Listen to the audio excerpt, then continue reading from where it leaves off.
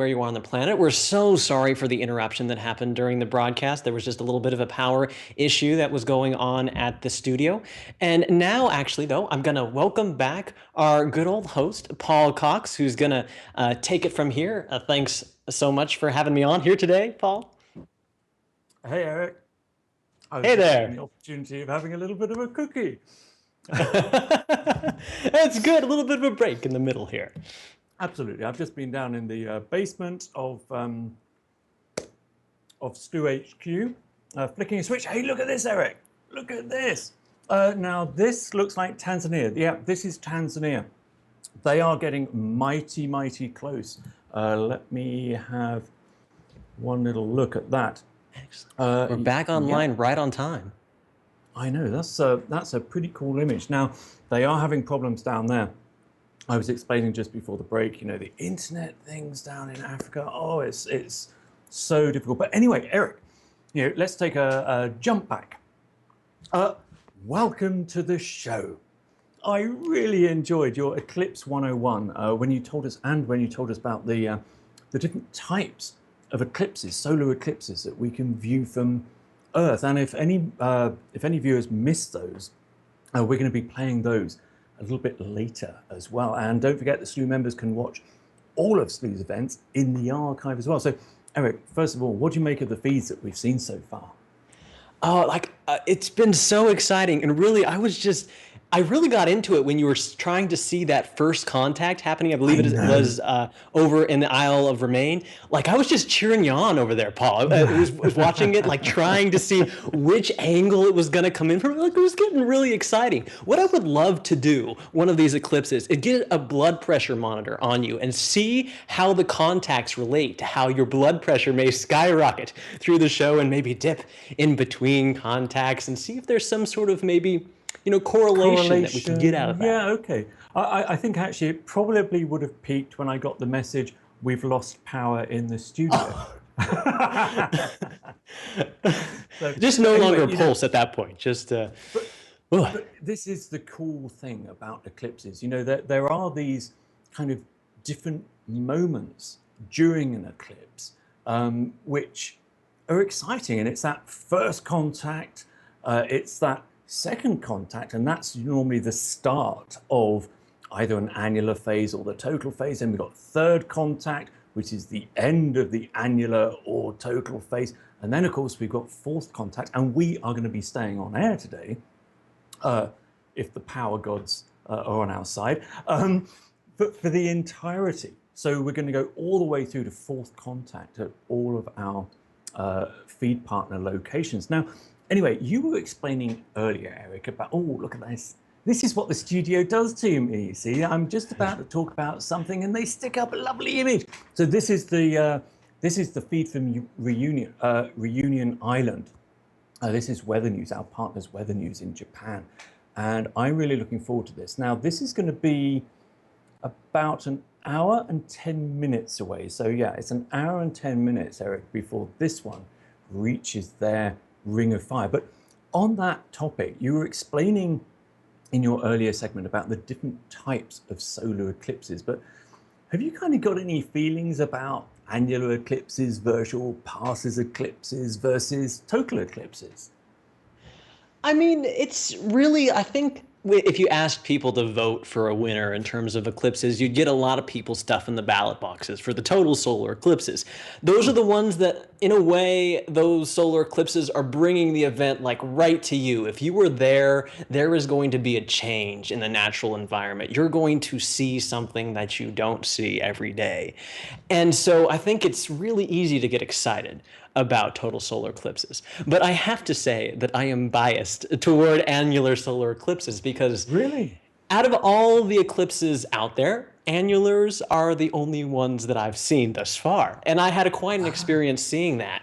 And I think in some ways when you view eclipses that aren't as glitzy and glammy as the total solar eclipses, you have to work a little bit harder to get some of the excitement there. Like you have to get out maybe a cheese grater and try and see sort of the eclipse as it's encroaching in, like the light of where you're at doesn't really change unless you have some tools or you're working on investigating that eclipse yourself. And so there's sort of this feeling of triumph when you're getting more and more of that eclipse. You're seeing it for yourself and seeing that ring itself. And so I sort of enjoy the adventure of annular solar eclipses, but maybe that's because I haven't seen a total one just yet. But what about you, Paul? Do you have a winning horse in that race? Well, for a very similar reason to your personal choice, mine has to be a total solar eclipse because that was the first eclipse I really got to see properly. And as you can tell, I'm a Brit, come from the UK. We're not known for our cloudless skies really over there. So the solar eclipses that occurred during my childhood, and even the more recent total solar eclipse, which was visible just down in the far southwest of England, we were clouded out, so I never got to see them. But I was incredibly lucky to work here at Slooh anyway. But I headed up the Kenyan eclipse expedition for Slooh. And that was actually a hybrid eclipse, which we'll maybe talk about a little bit later. But from where we were in the heart of Kenya, the cradle of mankind, it was just where all of those most prehistoric bones have been found. That was my first experience of a total solar eclipse. And although we had cloud for the vast majority of that event, and we had a sandstorm hit us right at the very beginning of the broadcast. I mean, power outages, frankly, are nothing in comparison to broadcasting from a national park in Kenya. But the sun, just as we were giving up hope, the clouds just parted sufficiently, Eric, to show us this tiny glimpse of totality. And totality for that particular eclipse only lasted for 13 seconds anyway. So that has to live with me, as my first eclipse experience. And it was, we're going to talk about it later on with Dr. Kate Russo. She's a clinical psychologist, but she's also an eclipse junkie. She's an eclipse chaser. And we're going to be talking to her about this kind of profound impact that a total solar eclipse can have on you. Now, I haven't heard, I don't know if you have, people talking about annular or partial eclipses affecting them in that same way. Have you heard that? Sort of having this magical moment of sort of oneness with outer space in a way. Like I don't really know if I can speak to that so much because I tend to hear those stories a lot. That story of amazement, that story of connection from the people that have witnessed those total solar eclipses. In a way, for me, when it came to sort of enjoying the eclipse experience, I think a lot of what made it so special for me was the journey it took to get there. And I think you were talking about that a little bit with your experience in Kenya of all these working parts that had to come together for you to experience that one magical moment. And I wonder if you think it would have felt the same to you if you just had to step out your door and everything had been there, if you'd been able to experience it that way. Do you feel like part of that hardship made it for you? I think it did. So yeah, I agree with you. It is the overall experience. And it's what you were saying, with an annular eclipse or a partial eclipse, you have to work harder at it. So you're putting more into it. So I guess it does kind of make the overall experience, far deeper, I guess, in some ways. But you were just describing, I mean, we've got a lot of viewers in South Africa, I'm being told, or in Africa today. And you mentioned something earlier, that they're outside, they're watching this eclipse themselves, hopefully with the safety of eclipse glasses, and are doing it properly. But you mentioned something in your first little bit about a cheese grater, and you can use calendars as well for it. What were you describing there? Oh, yes. So that was actually one of the things on the expedition I went on that was very amazing to me, is that if you put these objects that have these sort of holes in them up toward the sun, and you have maybe a piece of paper below them that the shadow falls upon. As the eclipse starts to progress further and further, you actually see the holes become crescents as the shadow of the moon sort of crosses in front of the sun. So even though you can't really look at it directly without wearing proper protection, remember that, folks, even though maybe if you just have your naked eyes, you can't really see what's going on there with the sun, you can have this sort of proxy. You can put up a cheese grater, a colander, and you can put like a piece of paper below it, and you'll actually see the progression of the eclipse, like tens of little mini eclipses actually, because each of the holes will start to evolve into that crescent shape. I found that so fun when I was initially doing it. Oh, it's right there in my hands, you know? Have you had that experience of using those sort of little rusty equipment to see an eclipse before? I haven't, unfortunately, because the only eclipses I've kind of really done without clouds have been for Slooh. So actually, I'm in these vast groups of people on these expeditions, but I'm standing there and I'm actually facing a camera with the sun behind me. So I don't kind of I haven't had the time so far to do that kind of stuff myself. But there is a very natural effect.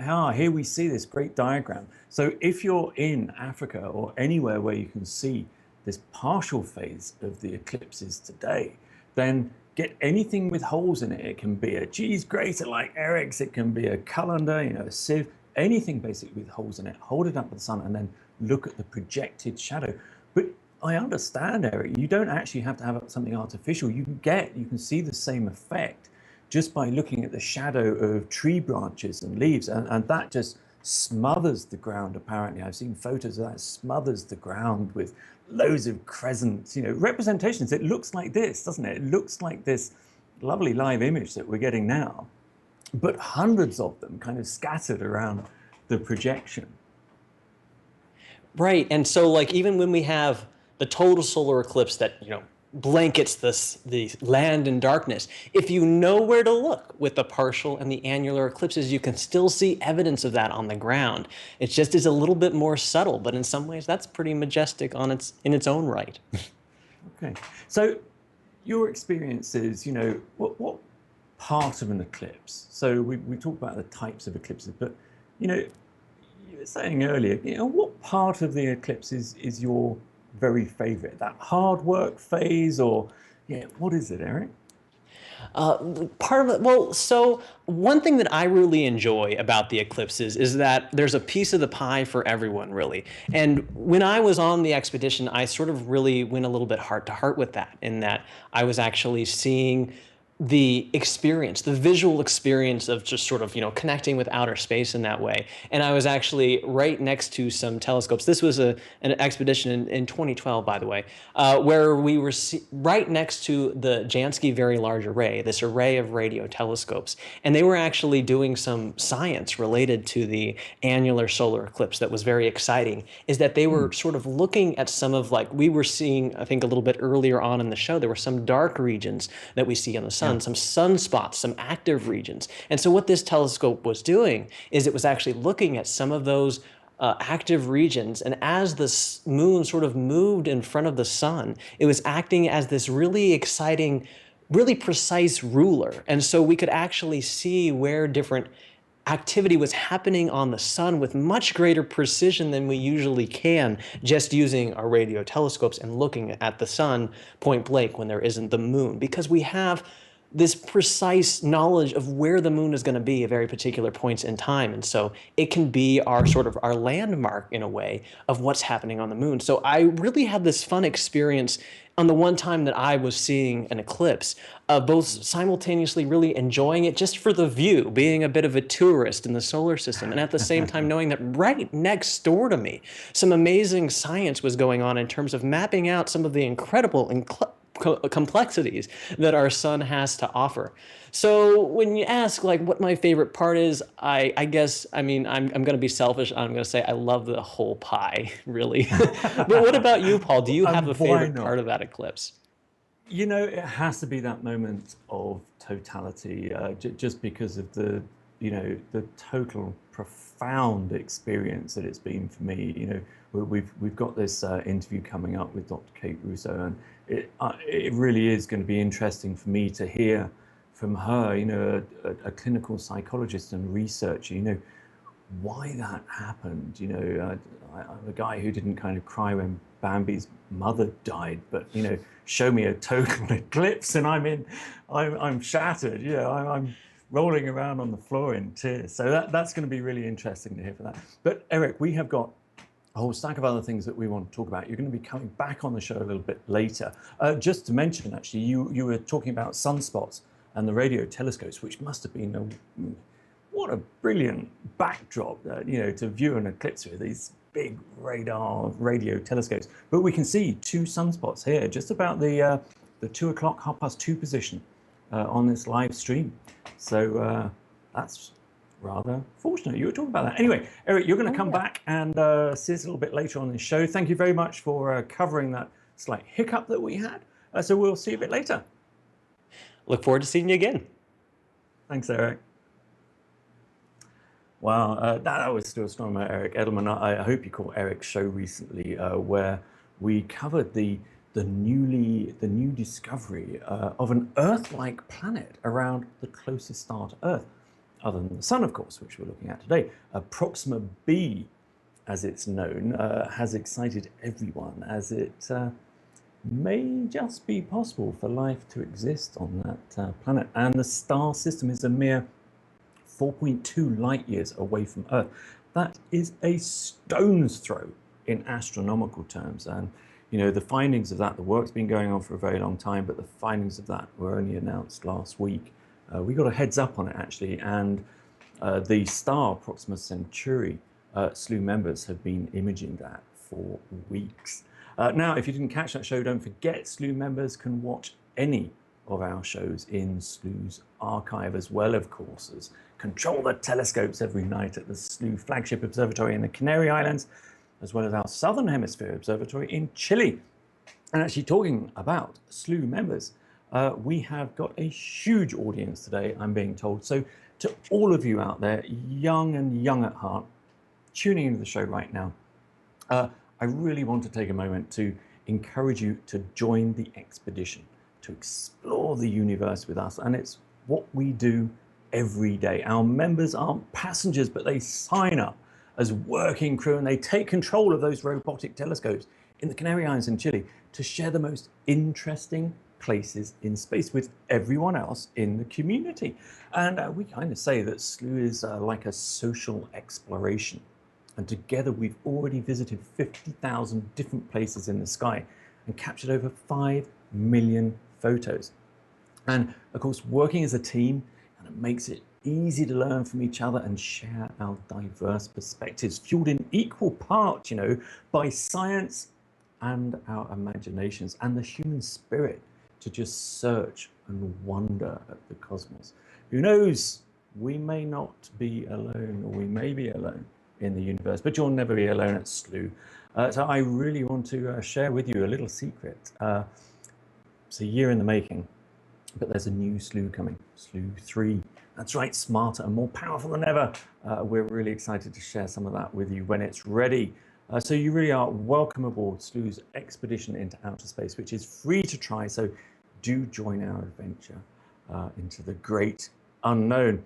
Now, let me see what we're going to do. We are going. I have so been looking forward to this. This is our next segment. We're looking. I just must. I'm so excited about the next segment. You see, I'm forgetting to tell you about this really cool live image stream that we're seeing from our partners Weather News in Japan, and the feed is actually coming from Reunion Island, which is a French island off the east coast of Madagascar, where we've been seeing them partying down there by the poolside. So we'll keep an eye on this feed. But anyway, what am I so excited about? It's something we tried to line up for that magical total solar eclipse we covered from Indonesia early in the year. But now we've done it. And you know, regular viewers will know that I've personally found witnessing total solar eclipses incredibly emotional. And I became fascinated by why that was. You know, I don't tend to get emotional at many things, but total solar eclipses are totally overwhelming for me to watch, which is pretty difficult when you're actually broadcasting live to do them. And this is how I became aware of our next guest, Dr. Kate Russo. She's not only a clinical psychologist, but she too is an avid eclipse chaser, something that can easily become an addiction. Now I'm going to lay on the couch to welcome Dr. Kate Russo to the show, who can hopefully help me understand why I go to pieces at the moment of totality. Welcome to the show, Kate. Hi, Paul. How are you? This is not a therapy session. Darn. Anyway, listen, first of all, I've been reading your website, I've been reading your books. How long, Kate, have you been chasing eclipses personally? When was the first one that you saw? My first one was in 1999. And, I thought it was something that I would just go and travel to see just once, almost like ticking off a bucket list. And it had such a profound effect on me. I was just so stunned at how unexpected it was. I think we can appreciate when it happens and how amazing it is, but that human response to it, as you were talking about, it threw me, and I didn't understand it at the time. And I just thought, wow, I have to experience this again. And I think that's when eclipse chasers are born, really, because we experience that, and then we have this overwhelming desire to do it again, just to make sense of it, and then again and again, because it becomes who we are. So what was your reaction then? Because frankly, it just takes me to tears. Yeah? I think for me, I was, it's like a roller coaster of really intense emotion. And, the first part of it was quite interesting. And you're watching as the moon moves across the sun. And it's kind of like, yeah, that's cool. That's interesting. And I thought that's all it was going to be. I didn't really expect that, probably the 5 minutes or so before, when everything goes so dramatically different. I wasn't expecting that. And I wasn't expecting how physically I would respond to it. So that sense of pure excitement, and it was like my heartbeat was in tune with the environment around me, and you couldn't help but just be in awe of the universe at that point. And the light was rapidly diminishing, and I didn't have enough eyes to take it all in. It was just so many rapid changes and moments. And then the overwhelming moment when the moon completely moves in front of the sun. I mean, it's just spellbinding, and it's so out of what you normally experience. It is. It's so otherworldly, isn't it? Because you were talking about the light dimming, and it's not like dusk. It's not like, or the moments before dawn. It's this eerie kind of silver light. It's most peculiar, isn't it? Yeah, I sort of describe it like the colors are being sucked out of the environment around you, Yes. and the light takes on this character that you don't really see. And so just looking around, I think it's important not to just look at the eclipse that's happening, or not just to spend all your time looking through your solar filters. You must look around you and see and feel. And so with those directional changes in light, and the color seem to be removing from the environment, it's like you're in an old-fashioned film or something. Yeah, And it then the is. moments, yep, and the final moments happen, and it's so quick and dramatic, and it's overwhelming. So the roller coaster of emotion that you have really captures you, and then you have that intensity of that feeling of connection. And in fact, the research that I've done, I've got a really nice acronym to describe what happens to us during those moments of totality. And the acronym is SPACED, which I think is pretty cool. But it's just the few moments beforehand, you have that sense of wrongness. So you know that something's not quite right here, and this is not how the normal day should be. Normally the sun is in the sky, and then you're seeing all these changes, and it feels quite strange. And then you have this primal fear. So it's our primitive aspects of our brain just tapping into this creeping darkness that we see. It's ominous, it's eerie, it's very strange. And we're not the only animals that tap into that, of course, because the birds and other mammals respond to that too. And we're just as confused, right?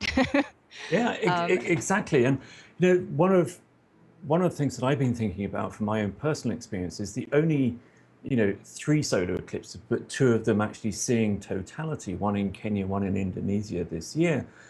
I've been broadcasting a live show, and for that moment of totality to affect me so much when I am so much in the concentration zone of actually presenting a show. um, I I don't know what on earth it would feel like if I can just experience totality just as Yeah. a normal onlooker. I think from my previous experience, I would actually try and find somewhere really where I was quite alone. But it was when I was thinking about this, Kate, after my experience in Kenya, we'd been driving for 5 days across some of the worst terrain ever. We didn't have any sleep. We were up the night before, setting all the equipment up. Moments before we were meant to be going live with our broadcast, a sandstorm hit, so we had people holding down, canvas tent poles and things like this. Then the show, and then that moment where I just got totally choked up. And I thought to myself afterwards, yeah, that's hardly surprising. I was pretty tired, probably stressed out. But what got me to understand that it wasn't due to that is because even when I thought about that moment after, weeks and months later, and I still do it now, when I think about that moment, when I think about the moment of totality with the Indonesia eclipse, which we both saw, I still get choked up. Is this just because something has affected me so profoundly that even thinking back on that experience is flooding back into my mind? What's your professional psychological research really kind of distilled? Why is it so Yeah. affecting? I think because it's such an intense emotion, there's so many emotions, high and low, over a very short period of time. And when we experience emotions, it's like it cuts out our cognitive language side of things. And so our ability to be able to understand and process and talk about what's going on is really quite limited. So, that feeling of being completely choked up and not being able to connect your feelings with what you need to say is really, it's quite a difficult situation when you have to broadcast live, because you just want to be in the moment, as you say. And I had a similar experience after the 2012 eclipse, where I did a live broadcast maybe 5 minutes after, 10 minutes after even. And I was still so caught up in the euphoria of it. And they were asking me professional questions, like, as a psychologist, what do you think? And I was just goo-goo, like, I couldn't connect to that aspect. All I wanted to do was just stay with the moment, stay with the euphoria. And that's all I could do. So I think it's because you're trying to put your poor brain and trying to, put yourself under so much pressure to make sense of it at that time, and you can't. And it's interesting what you say, because a lot of eclipse chasers will describe the feeling that they can tap into that intense emotion just by, watching a video feed, or re-experiencing the sounds, or thinking back to those moments. So all that euphoria comes back, and we can actually get goosebumps and feel the awe and the tingle. So it's like we can tap into those emotional moments, which is something really good, because I think that fires us up for life, and gives us passion in other areas of our life too. It does. It shows, actually, it showed me that I was capable of experiencing, such profound emotion. But, that's one, I've been reading your book, and you've got a lot of quotes in there from, probably hundreds of people that you must have interviewed, other eclipse chasers who you interviewed for your research. You know, there was quite a wide variety of reaction, wasn't there, between the people who you'd spoken to who had witnessed totality? Hmm. Yeah, there are commonalities amongst the experience. So we all kind of feel that sense of wrongness, the primal fear, the awe. Awe is central to the Yeah. totality experience. We feel the euphoria, you feel the connection to something greater, and then you feel that desire to repeat. So those are the common aspects. But really, we all make sense of the totality experience in our own way, because we all have different life experiences, challenges, and so we interpret that and make sense of it in our own unique way. And the first few years I was researching the experiences of eclipse chasers, primarily because they've experienced totality again and again. And it's only Yeah. when you have done that, you're able to make sense of it and put some thought and words to it to be able to communicate to me to make sense of it. But in more recent years, I've been interviewing people who've just seen their first total solar eclipse. And I think that's fascinating because they're still at the point where it's still overwhelming. They're trying to make sense of it. And some people are actually quite good at doing that. And some people can't. They just can't because it's just too complex, too overwhelming. So my third book that's coming out is actually about the first time eclipse experience and Oh, really is it? capturing those raw moments for people, which is really quite exciting. When's that out, Kate? As soon as I can finish it, Paul.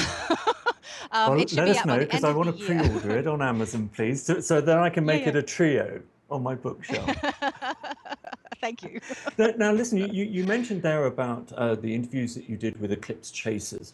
I'm interested to know if they're making, if they're understanding that experience better and better each time. It doesn't seem to diminish the experience very much because most of the people I know who are avid eclipse chasers and who can afford the resources to actually go on them will never ever miss another one. So Mm. did they say that the experience diminishes with the number of eclipses they see? Well, it's interesting because in psychology, there's something called habituation. And you might know Yeah. from your general life that if you do something, you love it. And the more you do it, the novelty wears off. And so it becomes less interesting for you. And so theoretically, you would imagine that when you see an eclipse over and over again, that the novelty will wear off. But this is just not true. It doesn't happen for most people because every eclipse is different. Yeah. You go to a different part of the world, you experience different cultures, the logistics of getting there. So, for example, you mentioned your Kenya trip, which took 5 days overland. And, I've had similar epic experiences of, deserts and sea and camels and all sorts of things to get to where you need to get to. So these all add up to our life experiences. And every eclipse is different too. The angle of the sun, the clouds, the crowd, whether you're on your own. So there's so much variability that it's not likely that we're going to get habituated to it. But those who have seen lots and lots of eclipses, you'll find that they're starting to mix their other transferable skills. So, for example, you've got people who start helping others by producing maps or weather statistics, or Which is like what me, you're writing doing. books. And yeah, yeah. So it's almost like we want to bring more of ourselves into this, and that then becomes almost like a secondary. I wouldn't call it a healthy addiction, but it's almost like a secondary drive to actually do more. Because I love now planning. I love helping communities prepare for eclipses. And that really happened from 2012 when the total eclipse occurred in my home region in Australia. And being Right. on the ground for a couple of months, talking to people before the eclipse and seeing that normal everyday people don't connect to it. They don't really know how big it's going to be. And the media find it really difficult to communicate those aspects. And so I think, it was my community, it was my people who I really wanted to share this with. And so I started at that point then realizing how important it was for people like me who can talk about the eclipse experience to convey that to the general public. And so I do that now. And I helped out in 2015 in the Faroe Islands, and I'm Yeah. helping out across the US by a lot of communities along the path of totality. I'm helping just with their planning, their thinking about it. And it's just, I get a lot of excitement from that aspect too. You've got actually. I mean, I know you're working with a lot of organisations to help them, set up and plan for their eclipse experiences. But the general public, I think I saw on your website, beingintheshadow.com, there's a download that Mhm. anyone can download, which helps people go about planning their eclipse. Is that right? Yeah, so I wrote last year, I published a white paper on community eclipse planning. And I did this because, what I learned in 2012 in my own community was quite unique. You learn things that then, because uh, whenever a path of totality happens in a country or a community, they've never had one of those. Once in every 375 years this happens. So it's very rare that someone has actually seen one in these communities, nor have they planned for one before. But it will be the biggest event of the year for that community, no doubt about it. It's just that they don't know it. And so it's really hard, even as outsiders, to come into communities to let them know this is going to be big. And it's a leap of faith for them to actually trust you and to acknowledge that this will be a big thing. And they do realize that as time goes on.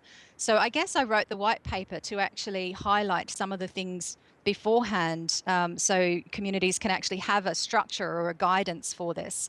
And I pretty much applied what I'd learned in 2012 to my experience as the eclipse consultant for the Faroe Islands in 2015. So I kind of used that framework for what I did and my involvement with that community.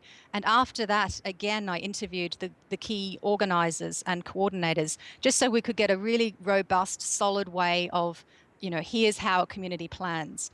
So I've pretty much wanted to make sure that that's available to all communities along the path of totalities for future eclipses. And it's available for free online on my website. Yep. That's great. I mean, certainly we were in the Faroe Islands for that eclipse, and we were just very conscious of being in this tiny, tiny community. And it has, even though the Faroe is quite large, it still has that feeling of such a tiny community, close-knit community, which hasn't really been affected that much by the outside world. And then suddenly there's this deluge of tens of thousands of tourists suddenly descending on them to experience this wonderful moment. So I'm sure they appreciated their help. I just want to ask you actually two things very quickly. Are there any other astronomical or natural events or phenomena that you've seen cause similar kind of responses in humans? I'm thinking Well, maybe the aurora, the northern lights. Yeah. I mean, primarily, I think a lot of people who are watching this might be aware of the overview effect that, when astronauts go to outer space and then they come back and they seem to have a very different perspective of how fragile our world is, how fragile life is. So we call that the overview effect. And I think, as close as possible to being on the ground, the total solar eclipse is the most unique experience that we can actually tap into that, because it allows us to experience the universe in just a very small moment of time, and we feel connected to something greater, and it's just really powerful. I think the aurora also has very similar feelings as well. And what they have in common is that you've got it's interesting what happens. So the intellectual alignments, or the circumstances that cause the aurora, but you also have the in the moment response. Those overwhelming feelings of wow, and it's just the beauty and standing there and seeing these things. But the third factor, which is really hard to communicate, is the transformational factor that these things can have on our lives. So they make us think about our position in the world, that they make us understand that this concept of time is really precious, but we're only on this world for a very short period of time, and it's these celestial events that happen that allow us to get a window into that understanding. And it doesn't so much happen with other events, such as the transit of Mercury, for example, that we had. That's very interesting. There's the alignment, but it doesn't have that emotional aspect of it, or the transformational aspect of it. Yeah, I totally agree with that. And I have to say from personal experience, in fact, it was on that same Faroe Islands eclipse. It was one of the largest solar storms during the previous week. And it was the first time I'd ever seen that. And during that huge auroral northern light storm, my overwhelming feeling was just of excitement. It was just, it changing all the time. And then, as you say, the transit of Mercury was, it was more, there go the mechanics of the solar system, but not necessarily that awe-inspiring. Kate, thank you so much for joining us. We hope to certainly see you next year. Where are you going to be for the USA 2017 eclipse? I'll be viewing from Wyoming. I'm leading my eclipse tour group with the Independent Traveler, who are actually at the moment in Tanzania. So hopefully getting clear skies there.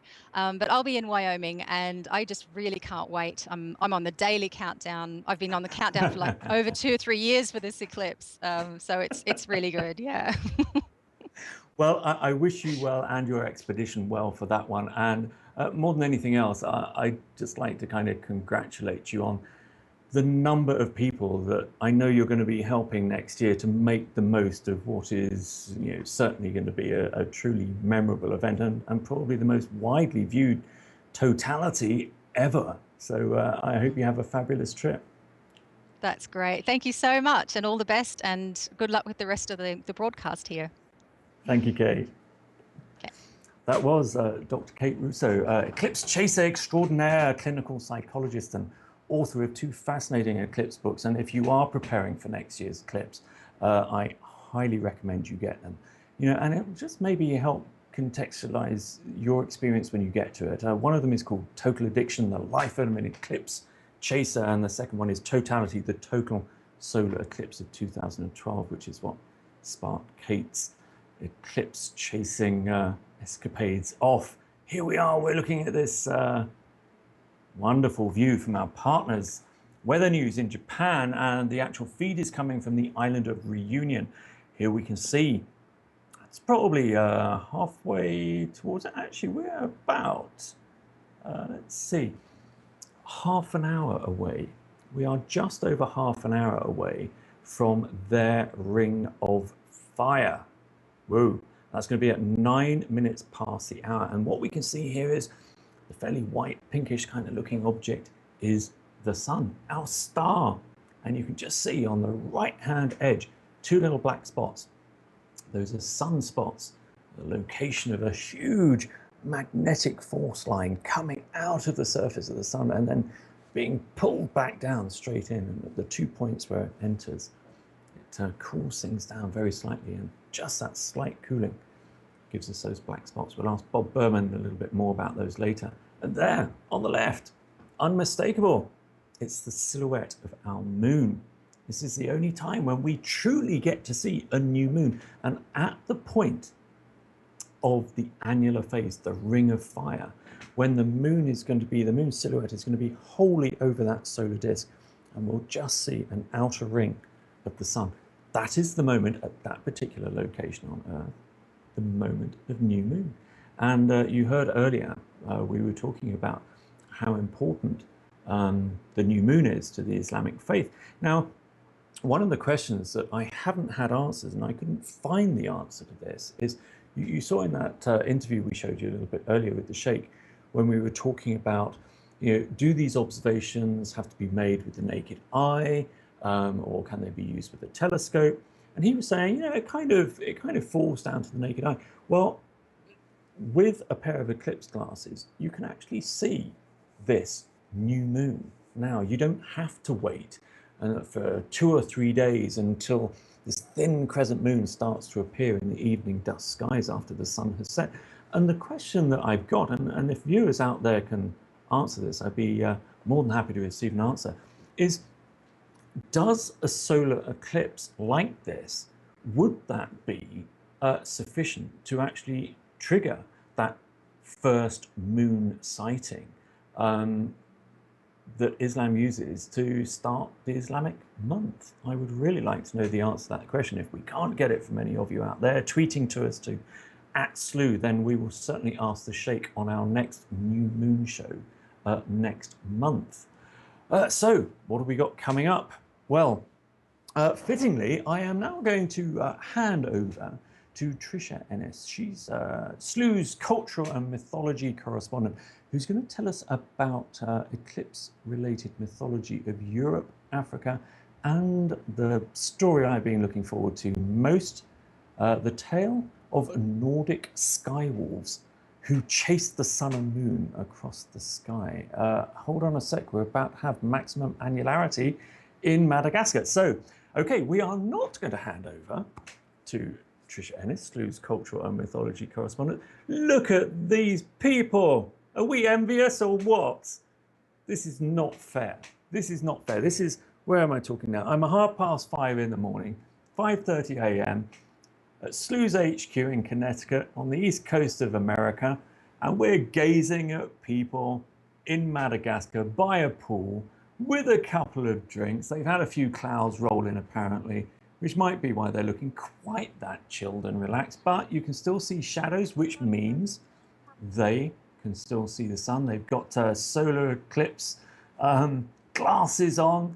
So hello everybody down there. There's somebody saying wave, yeah, wave. Hello everybody. We are a little bit jealous, we have to say, but we hope you're enjoying it. Now, if any of the tour people there heard what Eric Edelman was saying earlier, if they can look in the shadow of any of those trees, they're going to see a myriad of little rings of fire, the shadows on the ground. So they might want to try doing that, because I can see quite a bit of vegetation around. And if you're looking at an eclipse yourself, if you are in Africa or in Madagascar elsewhere, or on the island of Reunion, try that. You can try it artificially with a colander, a sieve, or a cheese grater, as Eric was saying. Anything with holes in it, hold it up to the sun, and then look down at the projection, and you'll see hundreds of little, whatever phase of the eclipse is, that's what it'll look like in the tiny shadows. If you haven't got any of those things, go to a tree which is casting some shadow, which hopefully is in leaf, and you will see hundreds of tiny little eclipses. It's a great thing to look at. I've been assured, I've never actually seen it myself, but wow, look at this. So their moment is, let's just check up on this, Madagascar. Yeah, it's in 1 minute's time. So they have got their ring of fire in 1 minute's time. We can see from the shadows that they themselves, their basking bodies in the sun, are casting on the ground, that they can see the sun. What a fabulous location. That looks so civilized, doesn't it? Look, they've even got great internet connection because they're streaming live to us. We're going to talk to some of them a little bit later, and they're going to describe the experience to us, and that would be quite cool to hear from them. What are they going to say? Well, the daiquiri was really nice. Yeah, I got touched up my tan a bit. It was a bit frustrating, you know. There I was, sunbathing by the pool. What happens? Moon comes along, covers the sun. Anyway, we are going to see if they react, actually. I want to stay on these guys for a minute, because they should now be in or incredibly close to their ring of fire. And if I don't see them jumping up going, woo, I'm going to be really disappointed. Really, really disappointed. Why go all the way to Madagascar and not even give us a woo? So you can tell it's late here, getting tired. What else have we got coming up? We are actually going to move ahead. So we will keep an eye on these guys in Madagascar, who are having a great time down there, I'm sure. We are going to skip Trisha Ennis, mainly because it's fairly boring. We didn't want to hear about the Nordic sky wolves anyway. Don't worry, we will. Even if I have to insist on it later, I'll demand it in the studio. We want to hear about the Nordic sky wolves chasing the sun and moon across the sky. But we're going to come to that a little bit later.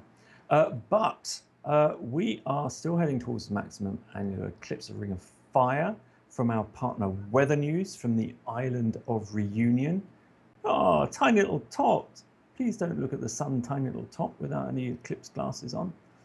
Nobody looking at an eclipse without any eclipse glasses on. Anyway, we're still heading towards that. That is going to be in, wow, where has the time flown?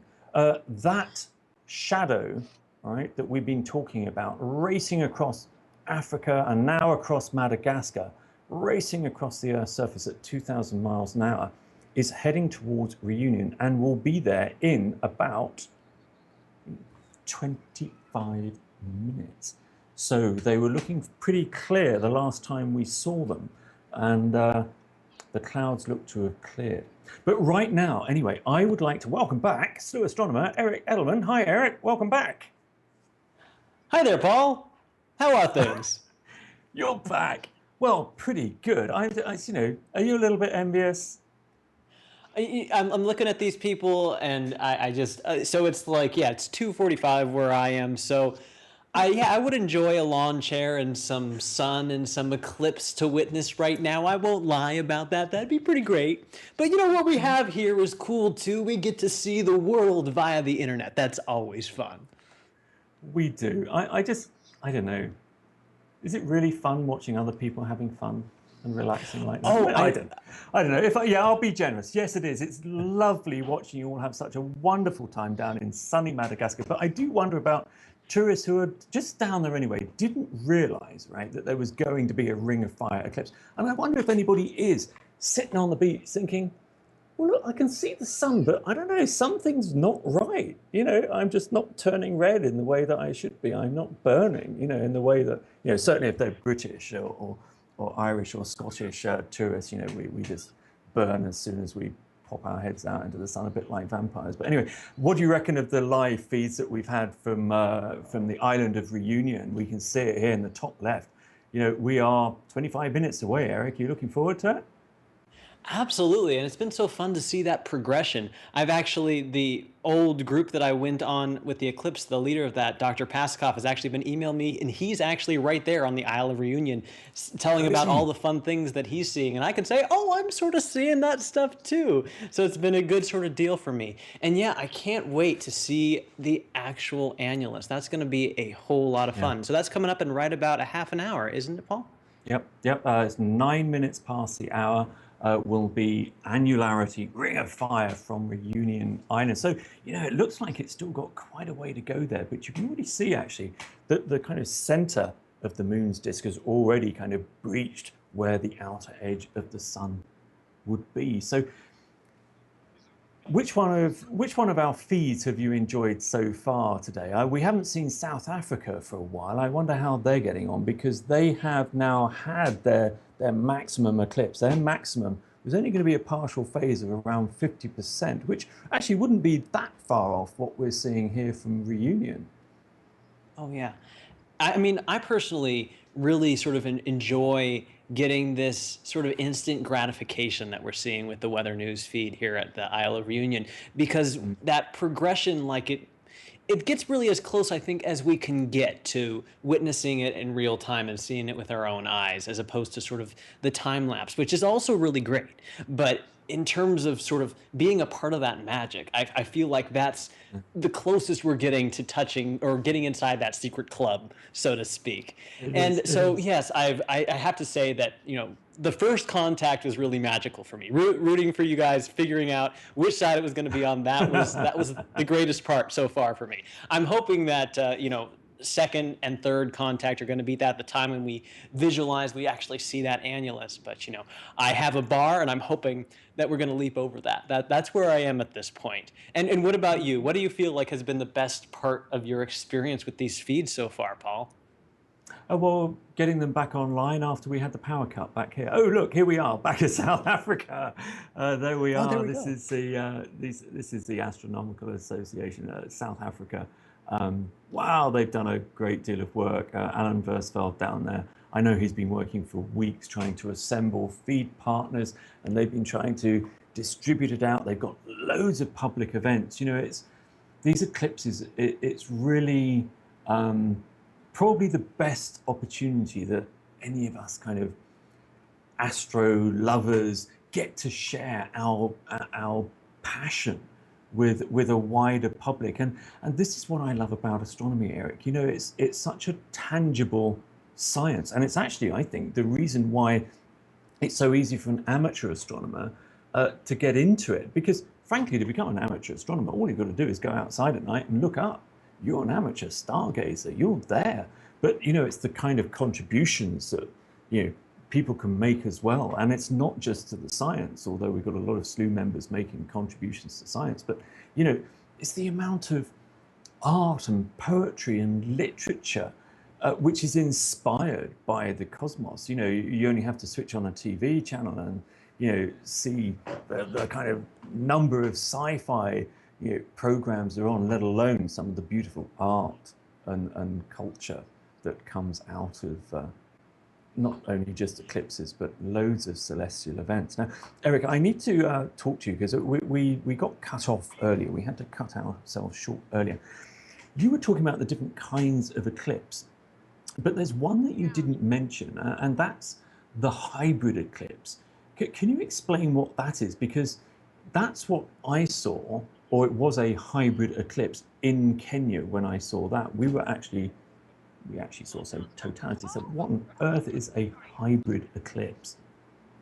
So, if you guys saw earlier, one of the segments that I was doing was talking about some of the different types of eclipses out there. Like today, we're seeing that annular solar eclipse where we have that ring around the sun, where the moon isn't quite big enough in our view to cover the whole sun in our view.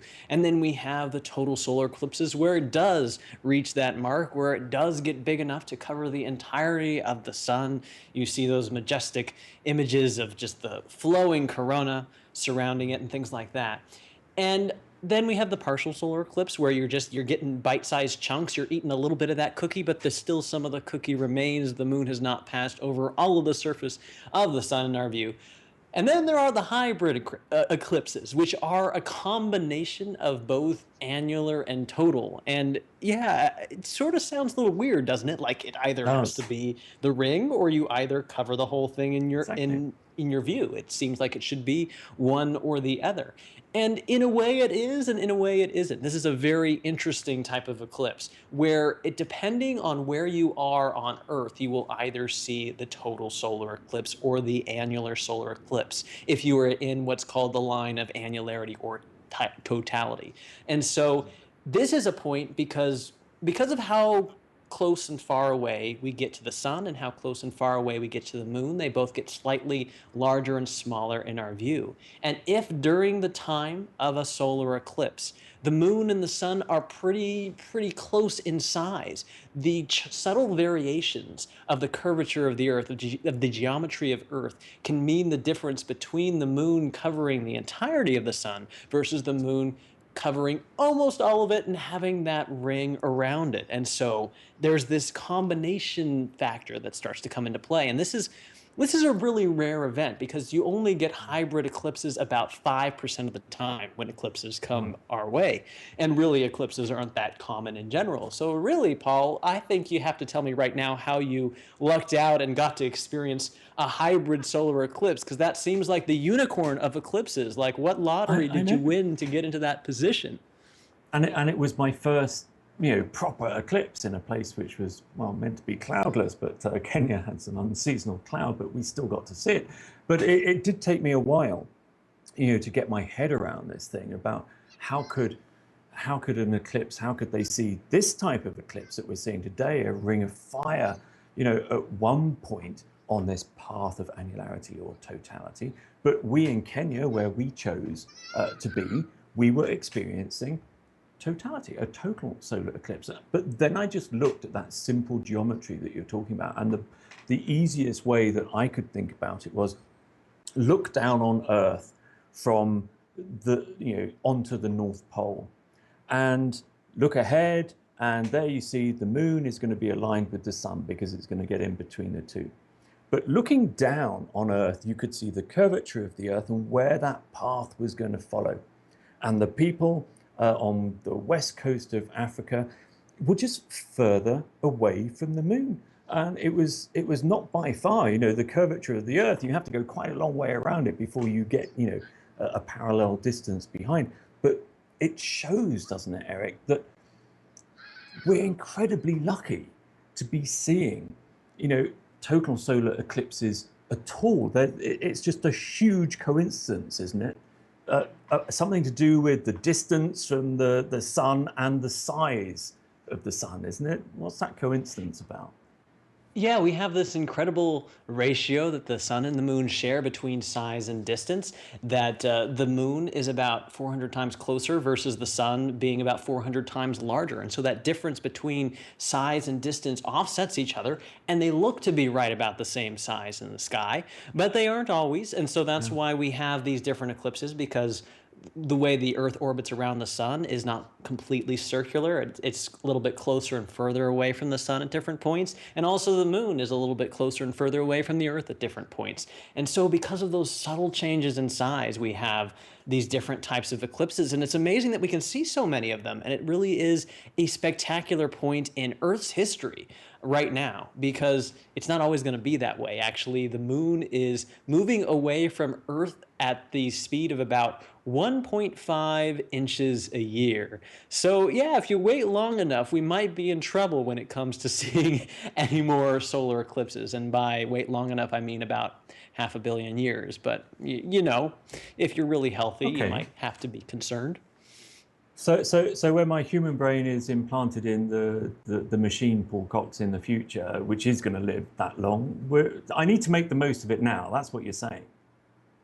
Yeah, and I don't know. For me, I see it as some sort of, deadline, some sort of goal, as in, okay, so we have about 500 million years here of more solar eclipses, that total solar Okay. eclipses that we can see on Earth. Annular solar eclipses would still occur, just always the moon would just be a bit smaller than the sun in our view. But so now we have 500 million years to figure out maybe another stellar system beyond our sun and our Earth that maybe can experience a total eclipse. And so we have to journey out into the universe and find more eclipses for ourselves before our time runs out. Maybe that can be our goal for the next few hundreds of millions of years. Okay. Well, I'm getting some instruction here. Eric, you are going to be coming back, aren't you? And we're going to talk some more a little bit later. That'll be really cool. Folks, don't forget, we've got we're about 15 minutes away. Look at this, Eric. I mean, just when we started our conversation, we were seeing a lot more of the sun, weren't we? It's true. That cookie is getting smaller and smaller. It really is. And as soon as I get a break, the cookie that's sitting right next to me on the desk here, that's going to be getting a lot smaller too. Eric, we're going to be seeing you a little bit later. Thank you very much for that insight now. Thanks for having me on. I love talking to Eric. It's great. Eric is a Slooh astronomer, by the way. He's still on screen. Come on, studio. Look, we'll carry on talking, Eric. Yeah, come on. Yeah, okay, he's gone. You can't leave a Slooh astronomer hanging like that. Anyway, what have we got coming up? Because we are not going to miss, all right? Okay, this is the reason why I'm being told to hurry up, because we are going to make sure that we have got, obviously, this live view from our weather news partners from Reunion Island. This is going to be our first peek of the Ring of Fire. So what we're going to do now is we are going to go over to Trisha Ennis, Slooh's cultural and mythology correspondent, and she's going to tell us about the eclipse-related mythology of Europe, Africa, and yay, finally, by request of me, we're going to hear about Nordic sky wolves who chase the sun and moon across the sky. Over to you, Trisha. Hello, and welcome to the mythology portion of today's annular solar eclipse over Africa. My name is Trisha Ennis. I'm the resident mythology expert here, a cultural correspondent of sorts at Slooh. Now, if you've been watching our shows for a while now, you're probably pretty familiar with these segments where we explore the myth and lore of ancient cultures. But those of you who are new to our little corner of the internet might be wondering where ancient stories and what they have to do with anything going on in space in 2016. Now, I know it's really easy to forget, but we're not the first people to look up into space and to wonder what's out there, and to think about how these heavenly bodies move and what kind of effect they might have on our lives. Human cultures have been wondering about our place in the universe since before there was such a thing as the written word. And the stories that these cultures have told and retold about the stars and planets have survived well into the modern era. They've survived even the death of the cultures that created them. Now, over the course of this eclipse, we're delving deep into the stories of a great many of these cultures, speaking with modern religious scholars about how some of the most widely held modern spiritual belief systems, like Catholicism and Islam, have viewed and understood the universe surrounding us. But what about those systems that have long died out, those that have passed from religious belief to ancient myth? Those are my realm, and we're going to be going on a bit of a world tour today. We're traveling all across the globe, hitting a great many nations from a number of continents. Now, earlier in the show, we talked about the cultures of Asia and the many different stories of that era. Despite the era or religion or region in question, there are some very similar stories revolving around the idea of the sun being consumed by various creatures. In Asia, we already talked about the idea of China having a great celestial dragon eating the sun, or in Korea, the hungry frog that consumes the sun. So now we're continuing our journey across the earth. We're moving ever more westward.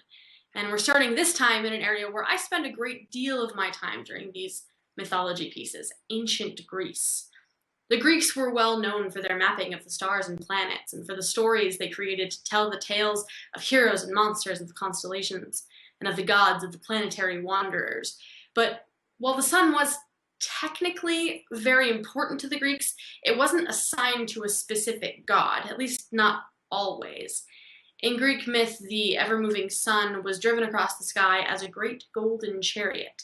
Now, sometimes that chariot was driven by Helios, sometimes it was driven by the god Apollo, depending on which version of which story you happen to be reading at the time. Now, lucky for us, such specifics aren't entirely necessary when it comes to the way that ancient Greeks felt about eclipses. Now, unlike many of their counterparts in Asia, other parts of Europe, or even the Americas, which we'll get to a little bit later, the Greeks didn't have a grand tale to explain the disappearing sun.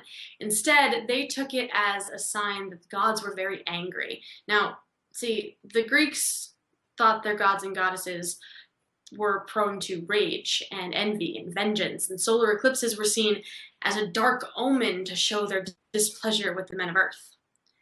The Vikings, meanwhile, had similar beliefs, though with a bit more meat to the story than the Greeks. As in Greek mythology, the son of the Norsemen was also carried across the sky by a flaming chariot, but in the Viking tradition, that chariot was chased by a great sky wolf named Skoll. Skoll and his brother Hati chased the sun and the moon through the sky in an endless cycle, never really catching them. According to the myth, at the time of Ragnarok, the great battle at the end of the world, both wolves will be successful, devouring their prey and plunging the world into darkness. However, eclipses are also said to be the result of Skoll and Hati, perhaps succeeding only for a moment before losing their meal once again. Now, perhaps my favorite of any attempts by a culture to explain the reasons for a solar eclipse come from far south of the chilly climes of Norway, down into the region where today's eclipse is passing directly overhead, Africa. Specifically, we're talking about the West African region of Benin and Togo. They're two small coastal countries near Nigeria. In that area, there's a people known as the, and I'm probably going to get this wrong, Batamaliba, who believed that solar eclipses occur when the sun and moon are fighting. This isn't a belief unique to this culture. We'll explore others in a future segment, but what is unique is that they believed the only way to set things right was to resolve all conflicts among men. I think the fact they believed this was a feat they could actually accomplish is perhaps the most inspiring thing about this story. Now, these are just a few of the stories from this region. With so many cultures and so many traditions, it would be hard to capture them all, and we have a limited time, so we do have to move on. But we'll continue exploring the many different ways that ancient cultures have sought to explain the frightening events happening in the sky during a solar eclipse. In the meantime, tell us your favorite of the ancient stories by sending them to us on Twitter with @Slooh, or by chatting with other Slooh members in the live chat next to this video. Hope to see you there.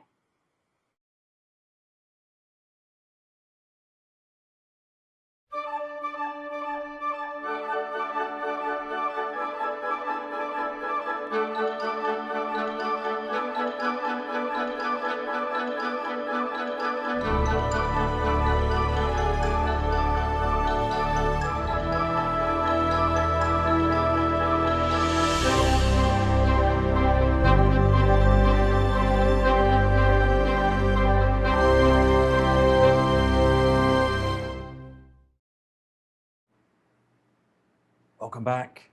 You're with Slooh.com.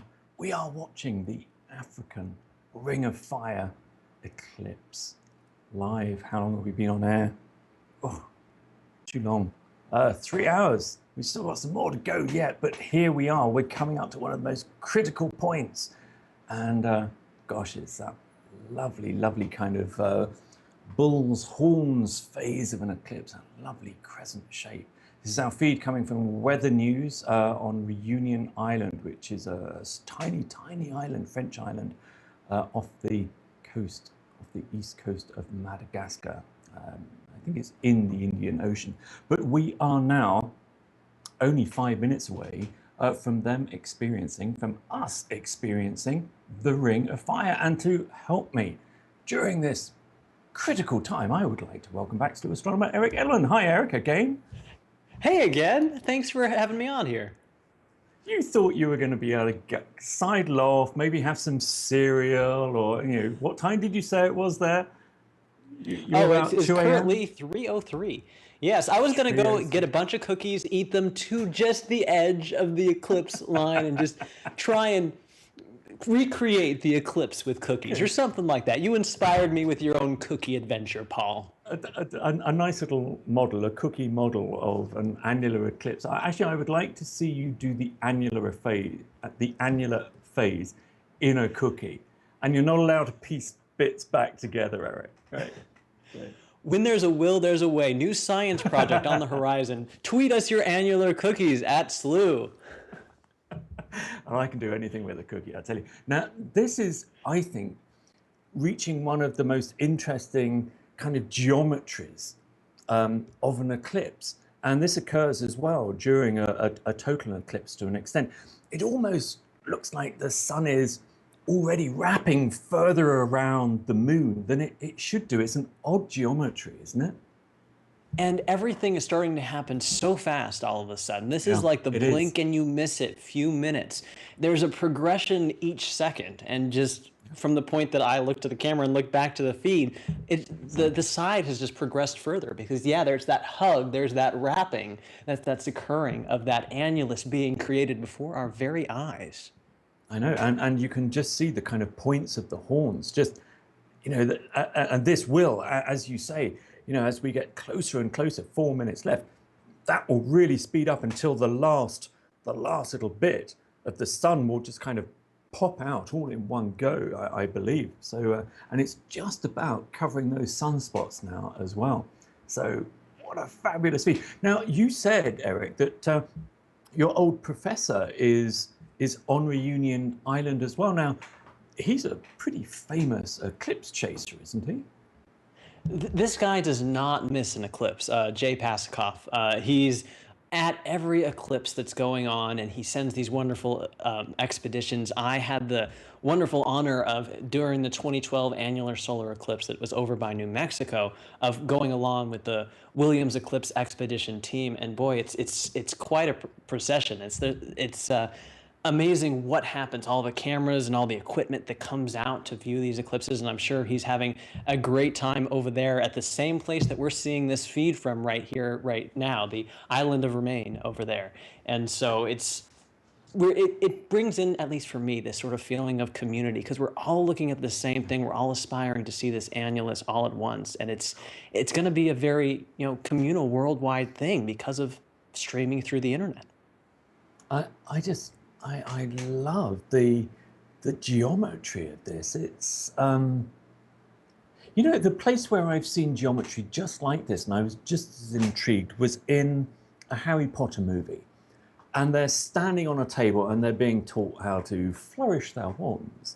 And on that table, there are a series of crescents just like this, which are getting larger and larger and larger, as if it were actually replicating exactly the geometry that we're looking at now. This is intriguing, isn't it, Eric? I don't remember watching an annular eclipse like this, where that geometry has just felt so strange and odd.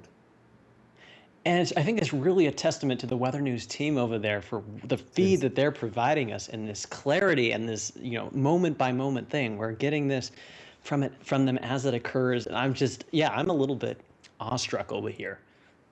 Now Slooh members can be snapping pictures of this. If you're watching at slooh.com, we've got the StarShare camera just below the video panel, and you can be snapping images of this. And what I'm interested here, Eric, is when we see the moon silhouetted against the sun during a solar eclipse, we actually get to see the hills and valleys on the lunar surface, on that edge, the silhouette. And on a total solar eclipse, that generates this thing called Bailey's beads, which are the very last little pieces of sunlight coming through some of the low valleys on the lunar surface. Now, I think we should just watch this, Eric, because I think this is fascinating to, sorry, I use that word, fascinating, fabulous. I'm on the F's today, but this is just going to join up, isn't it? Within a minute, within 60 seconds or so. This is the solar system. This is the universe. Yeah. Celestial mechanics live. Wow. There it goes.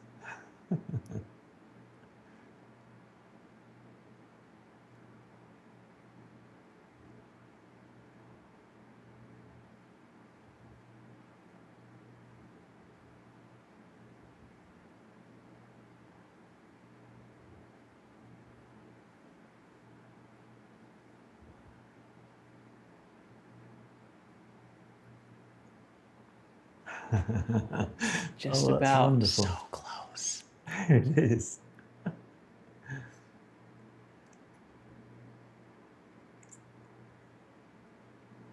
There it goes. Wow. God.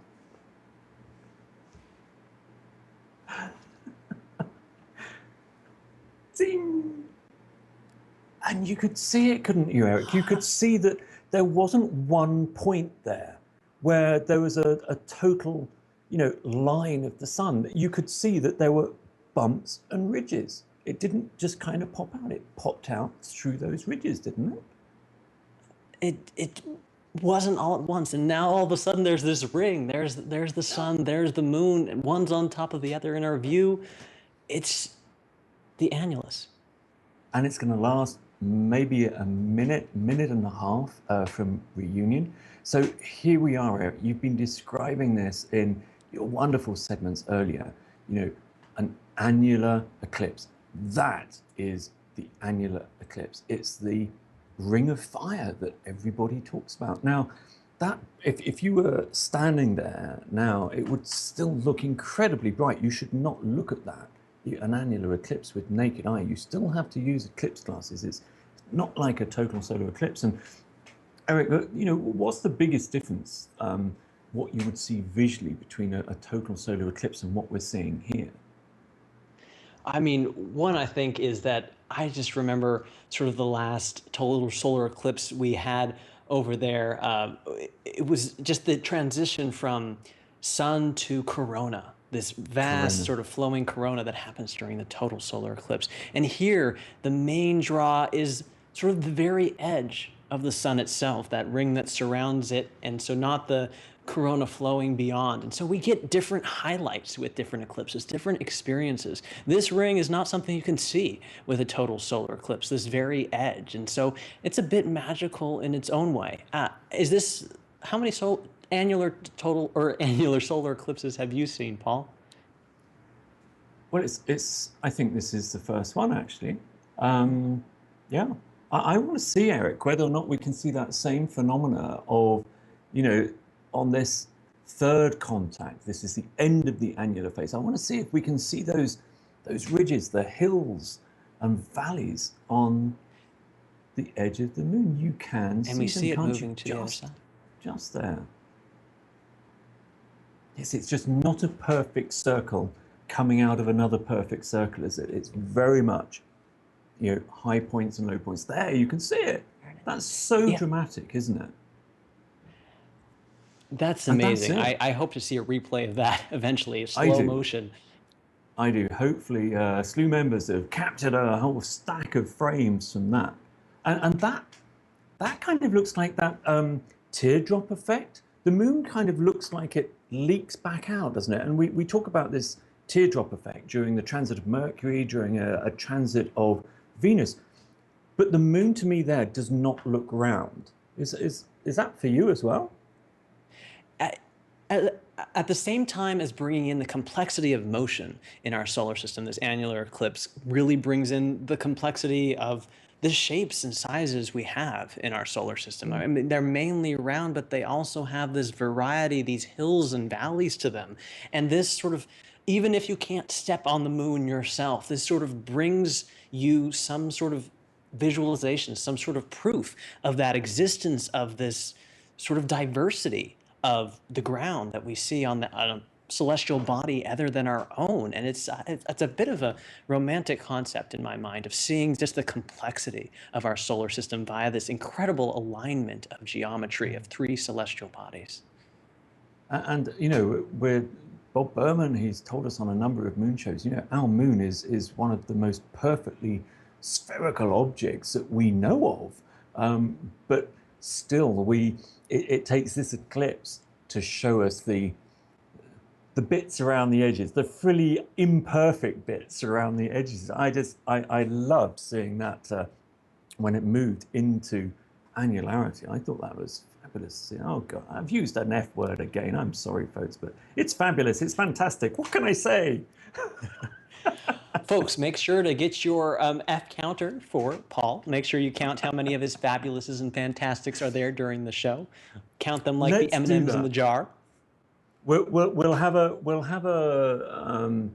competition next time, and people can place bets on how many fabulouses and fantastics and wows I do on any given show. So we'll start a new competition. Now there's that lovely, lovely kind of, this is now coming back into that kind of bullhorn shape. I mean, it's such a perfect crescent, isn't it? It's a stunning sight. And I don't think we'd see quite a perfect crescent like that when we see a moon phase. So when we see a thin lunar crescent, the horns don't go round that far. That's not the way the moon is illuminated by the sun. And now this is so that was the new moon, wasn't it, Eric? We're at the point of annularity. We were saying new moon at Reunion Island. And it's such a quick thing, there and gone. Like, I feel like annularity was just 2 seconds ago. And all of a sudden now it's gone, and we're not really going to see an annular eclipse for a very long time. We're going to have to wait till next year for a total solar eclipse. But that alignment is so precise, so ephemeral, just there and gone in a second. And now we have the retreat left to enjoy. We do indeed. And, you know, it's that fleeting moment as well, which, you know, anybody who is traveling to the USA for next year's 2017 USA eclipse, make the most of it. Different locations, and the closer you are to the center line, the longer that moment of totality lasts. You want to place yourself, Bob Berman will tell us a little bit more about this later on, but you want to place yourself where you get totality lasting the longest, so you can take in, you know, some of the things that Eric was talking about there, seeing the solar corona, you know, these outer filaments of the sun, which in the past, before we had space solar telescopes that could do that kind of thing all the time, the only time astronomers could ever witness that kind of thing was during total solar eclipses, wasn't it, Eric? Oh yeah, that was, I mean, solar eclipses are this point of major science where we can study things about the sun that we can't normally see. And particularly before we had all this technology, all these wonderful telescopes that we have on Earth now, this was an amazing way to study our sun from a perspective that we don't normally have. That the moon was, in a way, blocking out some of the light from the sun that we get a little bit too much of, and that we were able to see some of the subtler other decorations, or the things that aren't quite as extreme in their brightness, not the limelight of that center sun. And so, I mean, even today, I think Lucy Green was talking about some of the amazing ways that eclipses can allow us to study things. And I had that experience in 2012 with the annular solar eclipse of looking at the active regions more precisely, just that moon traveling across the face of the sun in our view.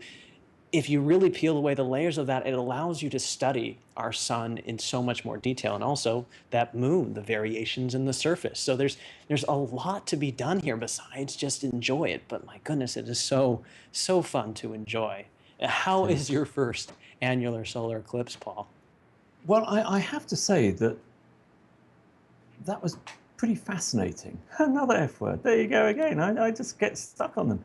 But it was It wasn't what I was expecting, actually. I was really quite surprised to see, you know, how clearly we could see those valleys and hills, you know, on the outer edges of the moon. Now, Eric, thank you so much for joining me for that absolutely key moment in today's annular Ring of Fire eclipse. Now, but you're going to be back a little bit later. So we'll maybe continue this conversation then, but thank you so much for joining me for this part of the eclipse. Thank you for having me on. It was fantastically fascinating. You fool. Oh dear, I love him. I love him. Right, what have we got? That was really a great moment, wasn't it? I really enjoyed that. I'm so pleased that Eric could join us for that. We have got tens of thousands of people watching. In fact, I've just been told hundreds of thousands of people watching the show tonight. To all of you young and young at heart, and you're tuning into the show today around the globe, you've got a fascination with this kind of stuff.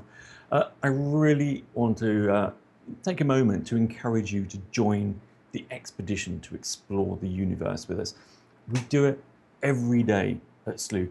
Our members aren't passengers on that expedition, but they rather kind of sign up as working crew to take control of our robotic telescopes in the Canary Islands and Chile observatories to share the most interesting places in space that they've discovered with everyone else in the community. Slooh's kind of social exploration, and together we've already visited over 50,000 different places in the sky and captured well over 5 million photos. And you know, working as a team makes it so much easier to learn from each other and share our kind of diverse perspectives. We've heard it here. You know, and those perspectives can be fueled in equal part by science and imagination and the human spirit to just search and wonder together. You know, who knows, we may be alone in the universe, but you will never be alone at Slooh, that's for sure. There's always a helping hand. I also want to share a little secret with you. Well, it's kind of not a secret now, it's out there.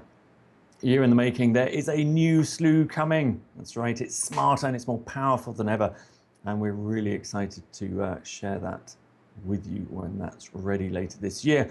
So you really are welcome aboard Slooh's expedition into outer space, which is free to try. So do join our adventure into the great unknown. Now, we are going to be talking to those folks in Madagascar who we've been a little bit envious of right after this commercial break. We'll see you in a second.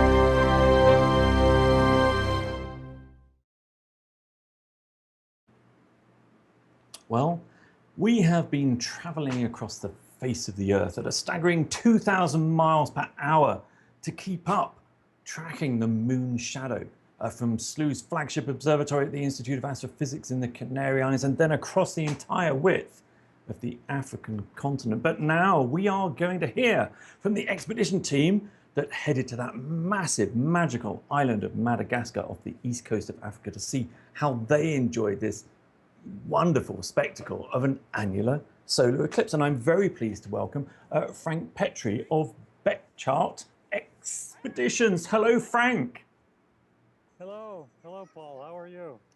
Good job on the coverage. Thank you. Oh, well, thank you very much. Now, we've been really excited, but as you've heard, we've been a touch envious of you guys kind of milling around the pool with your drinks and, you know, that's right, with your annular eclipse. How did everybody enjoy it? Oh, it was spectacular. The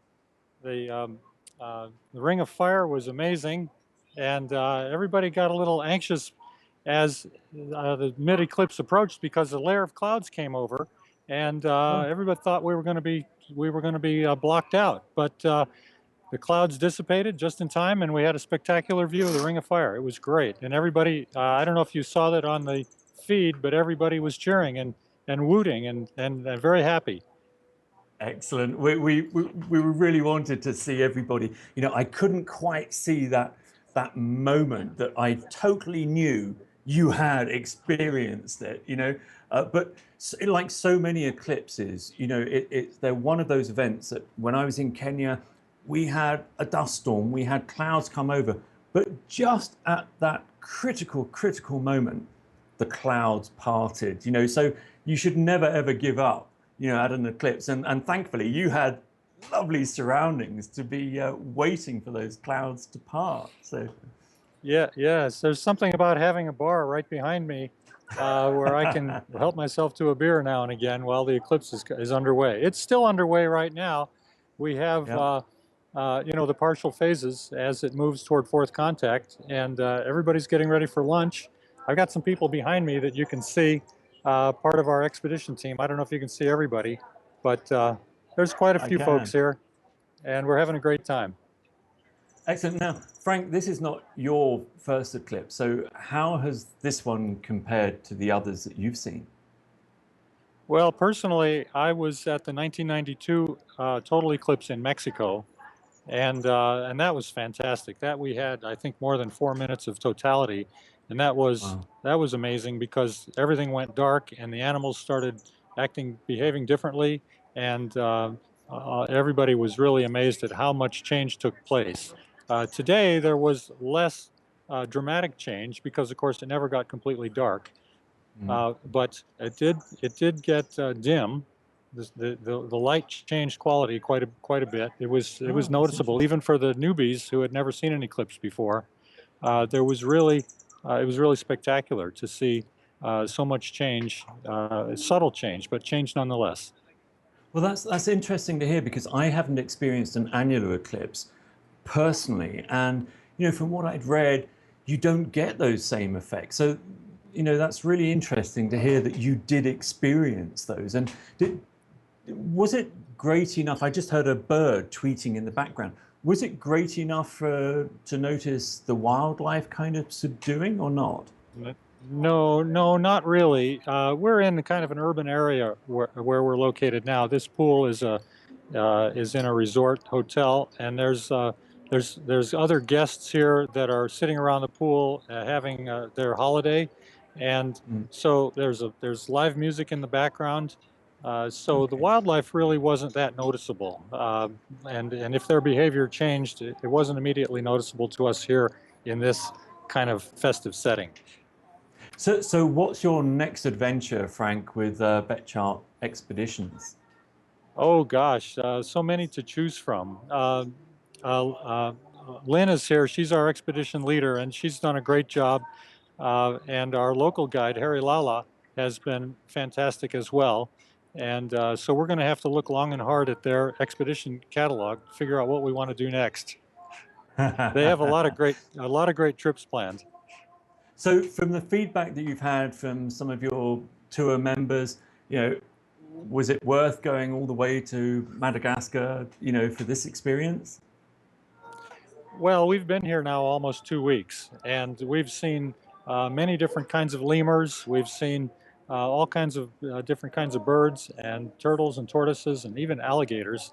So there's a lot of wildlife here. There's a lot of different and strange and really wonderful plant life. We've been on some of the worst roads we've ever traveled on in order to get to some of these remote sites so that we can see some of this wonderful flora and fauna. So it's been a really great trip from that perspective. And then having the annular eclipse here at the tail end of the trip is just icing on the cake. It's been spectacular. Well, that's brilliant. I am a little bit envious. Madagascar, you know, I described it earlier on as a magical island, and it's certainly a destination that I want to take a look at. You know, it's just rooted in all of that scientific history that I'm interested in as well. Yes. So I'm so pleased to hear that you've all enjoyed it, and that you've actually got another 54 minutes or something of it left to go there until you see that Yes. fourth contact. You know, have people kind of stopped milling around, or are they still focused on Well, seeing it I all the way think to the the end? focus is kind of diminishing. Lunch is going to be served here in about 4 or 5 minutes.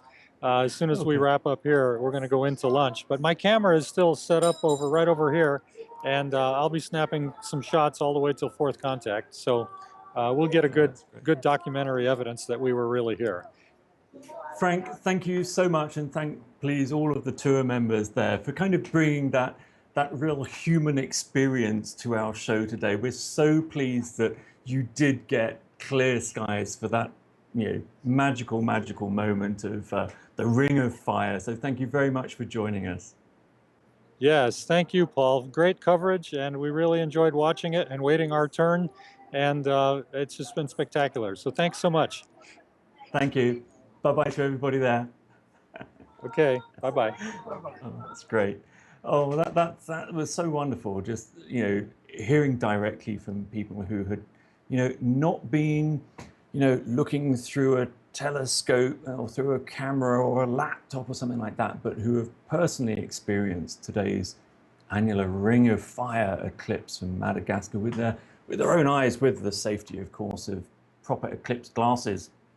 I'll also do my little nagging bit actually on eclipse glasses. Whatever means you use to view an eclipse, test them before you use them. So if you do buy some eclipse glasses, don't throw them in the drawer and think you can use them again another year. Before you use any eclipse glasses, even a brand new pair, and they're only made of cardboard, hold them up to a very, very bright light, just to see if you can see any pinhole pricks in them. And if you can, throw them away, don't bother. So do not play with fire, literally, I guess, with your eyesight. Now, what have we got coming up next? Oh, we're going to hear from Father James Kaczynski of the Vatican Observatory. He's the Vatican astronomy blogger, about how people of the Catholic faith understand the sun and moon and eclipses as part of their religious brief. Then we'll be welcoming Eric Edelman back to the show. So make sure you tweet any questions you may have for him, and we will both do our utmost not to use any superlatives starting with the letter F. We then have fourth contact from Tanzania, and that officially marks the end of their eclipse. And we've also got a special guest from the Astronomical Society of South Africa, Alan Versfeld. Wow, Alan's been working so hard. We're going to hear about the efforts that they've been making to really popularize astronomy down there, and they've been using this solar eclipse event, to really highlight that as well. So anyway, let's move on. As you know, we love to cover all aspects of astronomy here at Slooh. Oh, and there is the feed from Alan Versfeld in South Africa. Look at that. They've nearly lost their partial eclipse as well. When does that actually finish? Let's have a look. Yeah, that's in 15 minutes time. They're going to lose their partial eclipse in South Africa.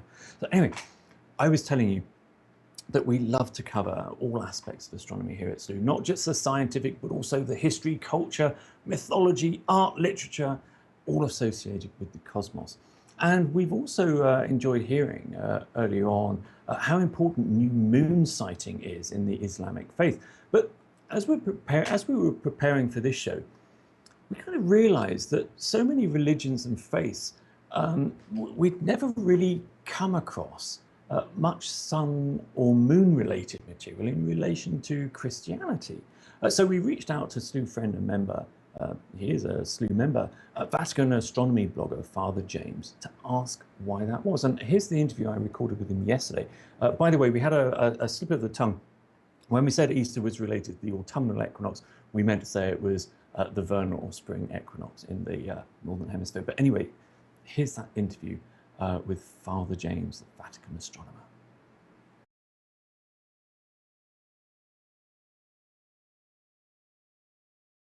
Father James, thank you so much for joining us today to offer the Catholic Church's relationship with solar eclipses down the ages, to tell us all about that. It really adds so much to these events when we hear from so many different viewpoints and perspectives. So let's jump right in. Historically, there There are, this great number of ancient religions and paganism that placed a lot of significance on the sun and moon. Even some modern faiths like Judaism and Islam keep a lunar calendar. But when we got to preparing this show, we started thinking, actually, we've never seen anything about the sun and moon in relationship and the role that they play in the Catholic faith. So why do you think that is, first of all? That's a great question, because what you're really hinting at is one of the fundamental differences between how a literalist understanding of Scripture takes you in one path and the literal sense of Scripture takes you in a different. And I've spoken of that in previous shows on how the literal sense of Scripture means you understand it within the culture of its time. And when we understand Genesis within its time, oftentimes what we find of when it mentions things like the sun and the moon and the different elements, it's drawing a distinction against different polytheistic religious views of the time that often viewed the sun, the moon, and different elements as God. Whereas Judeo-Christian understanding says that no, they're not gods. They are different elements within creation that God brought into existence. And so therefore it is a gift from God, and understanding is a gift from God. Now, in terms of lunar calendars and those type of things, in terms of Catholicism, you're right, we hear less and less about the use of lunar calendars, solar calendars. The one place where it still is used actually is the determination of the date of Easter. It's an interesting study, because the definition of when does Easter get set every year is that it's the first full moon after the autumnal equinox. And so therefore the Sunday after the first full moon of the autumnal equinox. And so therefore from that standpoint, that's the one piece of our liturgical calendar that's still set due to the lunar calendar, which is why we have a different Sunday for Easter every year. The interesting thing is when you look at Western Christianity versus Eastern Christianity, the West has Easter. They both use the same formula. They both have the same understanding of it's the Sunday after the first full moon, after the autumnal equinox. But the East still goes by the Julian calendar, and the West uses the Reformed Gregorian calendar. And so therefore, because there are two measurements of time that are being used, you end up with two separate dates of Easter between two of the main branches of Christianity, which is why Pope Francis is now actually asking that East and West come together, and instead of continuing the lunar cycles, just to set a date every year. And he's floating out the idea of about the middle of April, that would be. But he's made it very clear, though, he doesn't want to do that unless East and West can come together. Other than that, you're absolutely right. The lunar calendars have pretty much been departed from when it comes to Catholicism. So how about eclipses themselves? Does the Bible reference eclipses in any form? I think, isn't there some mention of darkening skies somewhere? Correct. It's never mentioned explicitly as an eclipse, but biblical scholars can point that there are references that clearly do point to an eclipse. The one that actually is a very interesting study is the death of Pontius Pilate.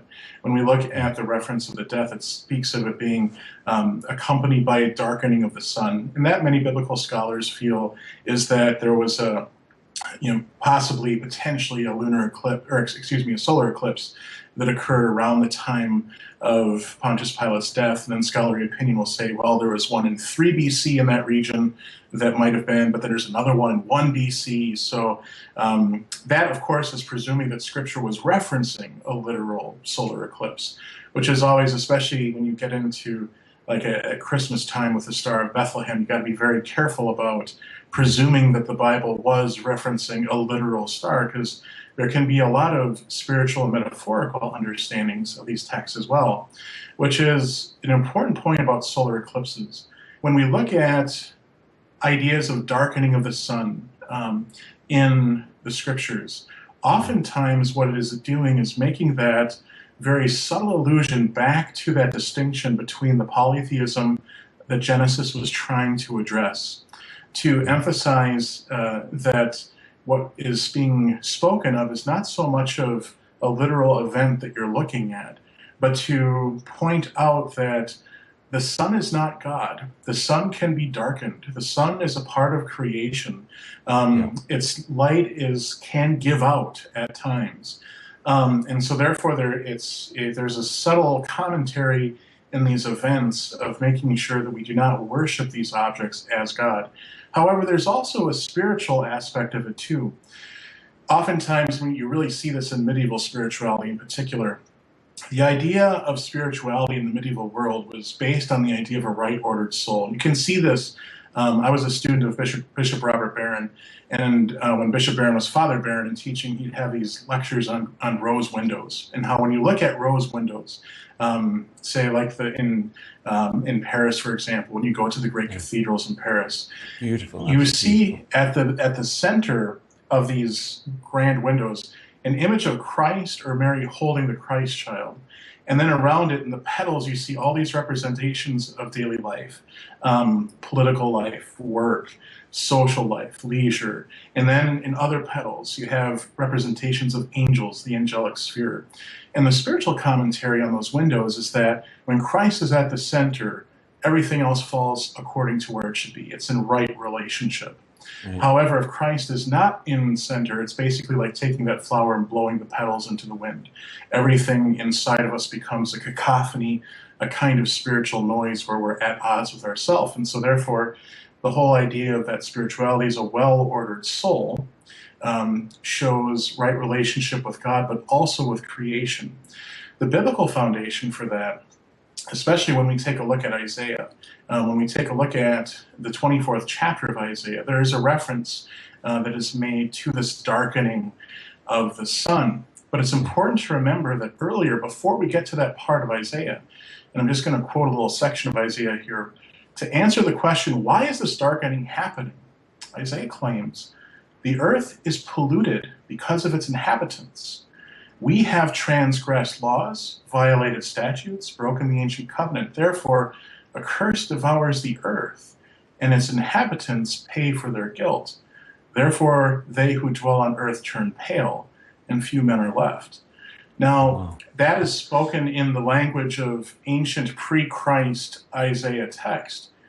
And at the risk of floating an apocalyptic image on your show tonight, when I hear of ecological scientists speaking about the impact of how our decisions toward the environment have an adverse effect upon us, I can't help but think that, was it so much that the author was speaking of a literal eclipse, or was it drawing upon that spirituality of the well-ordered soul that points to the fact that when we mistreat ourselves, when we mistreat God's creation, it impacts us, it changes us.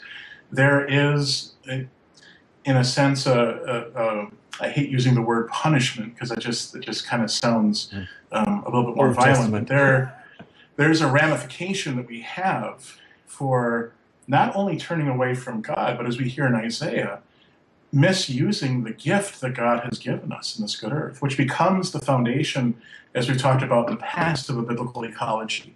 Just for viewers, this is a term that a lot of viewers, I think, maybe didn't know about before watching the show. This term, biblical ecology. Can you kind of give viewers a real basic description of what's really meant by that and how it fits in really to modern society? That is a great question, and I'm glad you asked it because it really points to two words from the book of Genesis that oftentimes are misunderstood. When we go back to Genesis and we hear about in the first creation story, because there's two creation stories at the beginning of the book of Genesis, which is another interesting topic to get into, of why are there two creation stories instead of one. In the first creation story, it speaks about how as God is creating everything of the world, that there is this point when the human person is made, in the language of giving the world as gift to humanity, to have dominion and subdue the earth, is referenced in Genesis. Oftentimes in modern expressions of Christianity that developed much later than when the texts were written, sometimes this can be wrongly interpreted more literalistically to think, I've got this, I look out my window, there's a tree outside. If I want to cut it down and use it for my own personal good, well, God put it there, and so therefore I can use it. It's there for me to use. That's not the ancient understanding of those two words. subdue and dominion in the understanding of Genesis was connected to the ancient idea of kingship.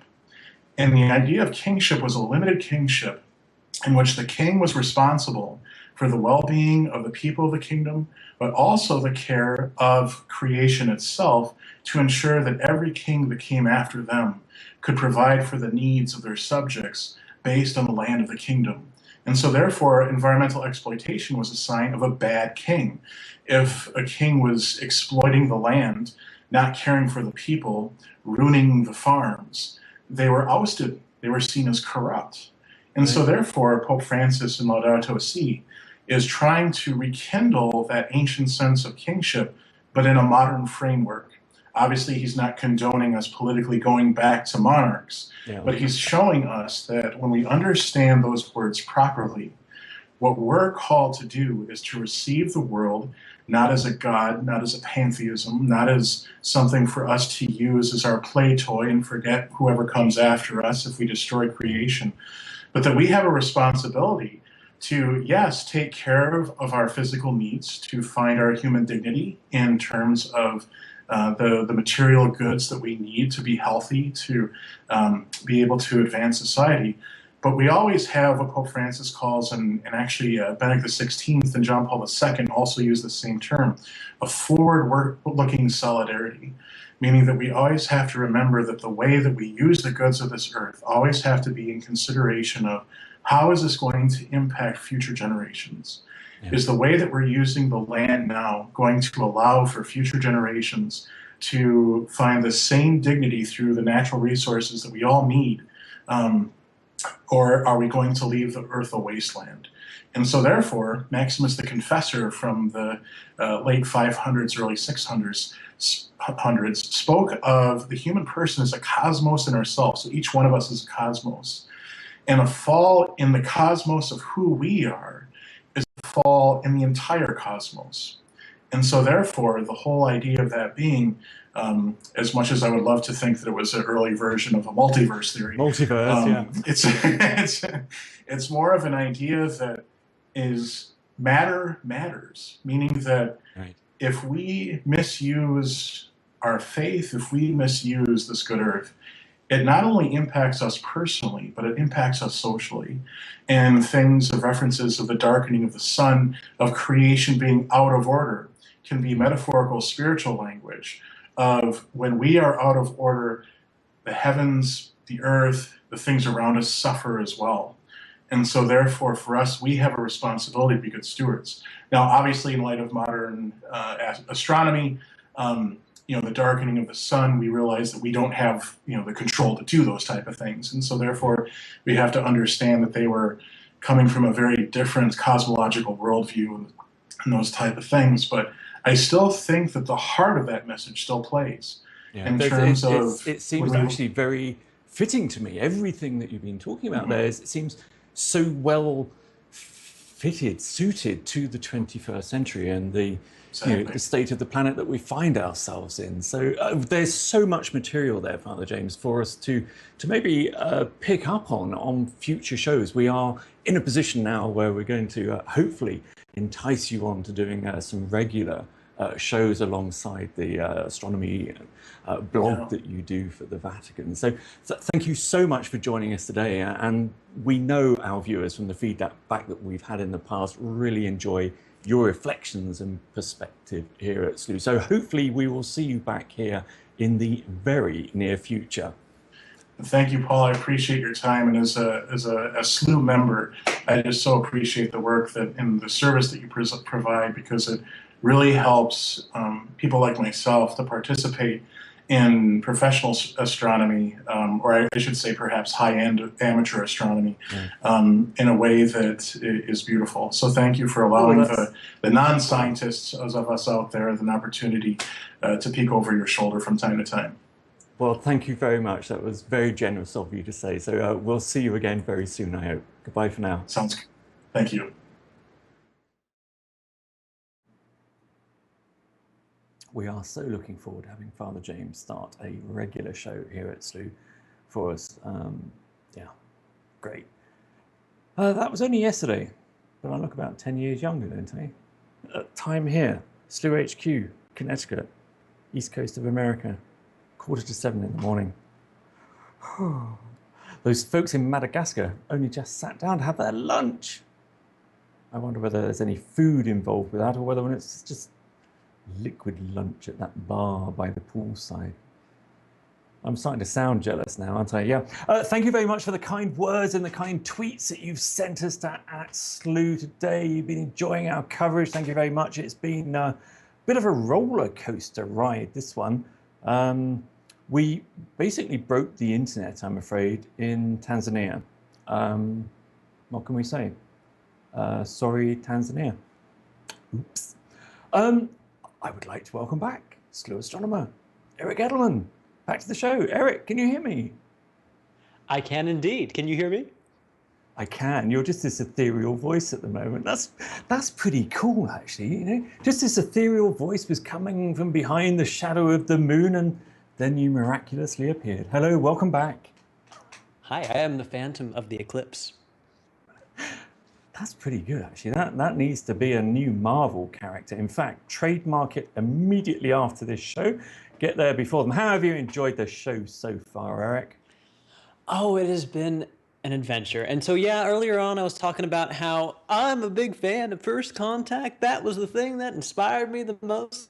And then we get to the Annulus, and yes, the bar was leaped over by that horse by a large margin. I really did enjoy the Annulus. I mean, with the annularity, that motion that's going on there, it's real time in a very significant way. Like you're seeing the sort of the moon go in and sort of the sun starts to hug it, then you get the Annulus, and then the moon goes off the other way and the hug parts. And then once again, you have these two objects as opposed to this singular alignment. And so, yeah, I really got to say that Annulus, that sort of instant gratification we got of seeing it happen in pretty close to real time, that was an amazing experience. And it was, even though I've seen an annular solar eclipse before, seeing it here in this way, and really I wasn't able to see it in quite such clarity as I did today. And so it was an incredible experience for me. I hope you viewers enjoyed it too. I hope you enjoyed it too, Paul. Did you have a good time here? I certainly did. You know, I said to the studio, because we kind of broke away from you and moved on to something else. And I said, I was really looking forward to having Eric on during that, because to me, a lot of the enjoyment of that was just reacting to another person. And actually, for me sitting here in a room on my own, you know, it was really sharing that experience, having somebody in the room kind of sharing it with me, even though we were 3,000 miles away from each other, something like that. But it certainly, I wasn't expecting what happened either, actually. I really wasn't expecting to see, you know, that so much detail in the silhouette of the moon, those hills and valleys, mountainous regions and things like that. And you know what you were saying, you know, now we're looking at this, and if you glance away for, you know, a couple of minutes, yes, you come back to it, and yes, it's changed, but that was so rapid, wasn't it? And the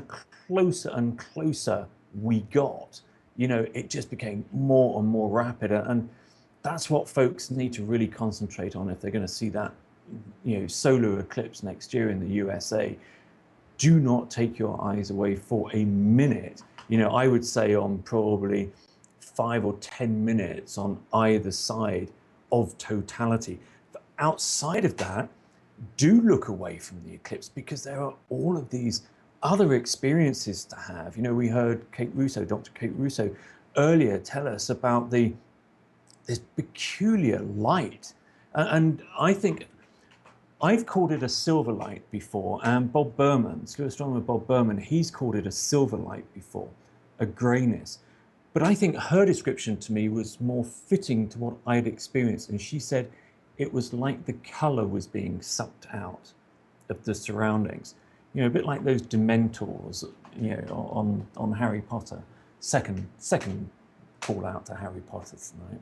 But what was your favorite thing then about watching the eclipse, Eric? My favorite It's not thing. over yet, of course. So really, when I was watching this coverage, what really stood out to me here was how much of a variety you guys were getting of perspectives. I was loving that, where we got deep into the science of it, and then we got deep into sort of the mythological relationship to it, the religious relationship that different people have. And that actually got me thinking on my own. A little bit earlier on, I just actually finished reading The Alchemist by Paulo Coelho, and that's all about this sheep herder that actually has this dream of the pyramids in Egypt, and he has this journey that he goes through on that. And so there's this journey, and then there's this payoff of getting that treasure at the end, whatever that happens to be. And I think in a lot of ways, we had this eclipse and this journey to get to it, and that was our treasure at the end of this really long journey. And as we're seeing all these different people come together, I know this is a little bit of a trite statement, but I think a lot of it is all about the friends you make along the way, about this sort of community that forms around this one sort of focal point that's amazing in astronomical ways, but also amazing in emotional ways, and how it moves us in all the different ways that it changes us. And so I guess I gotta say that my favorite part of this whole thing is the fact that I think I got to, in some ways, meet and interact with people I never probably would have otherwise, to be a part of this community for this moment, and maybe for longer if people decide to stick around. But just, having that sort of worldwide hug that goes on, as cheesy as that may sound. But I really enjoyed it's that not, part. and we often talk about the Slooh community in that way, Eric, and sometimes I kind of think, oh, is that cheesy? But it's not, because when you're actually experiencing it, you're there with a group of like-minded people, and a lot of people who are interested in this stuff don't necessarily even have people in their own families who are interested in it as well. So, they kind of glaze over. I know my family kind of glaze over when I start talking about my kind of interests like that. But, you are in this community of like-minded people. But as you say, even in that relatively small group of like-minded people, we say the diversity of perspectives is so huge. It's a small percentage who love to use the Slooh telescopes for science, but others just love the beauty and awe that they can take in through the live telescope feeds every night, and they collect those images into cosmic collections of astrophotographs of nebulae and galaxies and comets and planets and all sorts of things. I mean, this is turning into a bit of a sales chat, but it's not meant to be. It's just a true description of how I feel, about the Slooh community, and I'm incredibly proud of it, and all the members as well. It's so dissimilar to most places on the internet that you'd find. But anyway, let's move on back to eclipses, and we are still looking at this fabulous feed from Weather News, our partners in Japan, who have sent their guys down to Reunion Island. And we've got less than an hour now. We've got about 45 minutes, something like that left, because we are going to be waiting until fourth contact. Eric, you've told us before in one of your segments, but tell us again live now, what is fourth contact? So we have all these contacts, and it actually doesn't have to do with anything you put in your eyes or calling people on the phone. The contact is when the moon touches the sun in different ways. So the first contact being the point in time when the moon is first, sort of the edge of the moon is touching the edge of the sun. And so it's that first moment of connection. After first contact, that's when we start seeing the parts of the crescent, the little bites into the cookie, so to speak.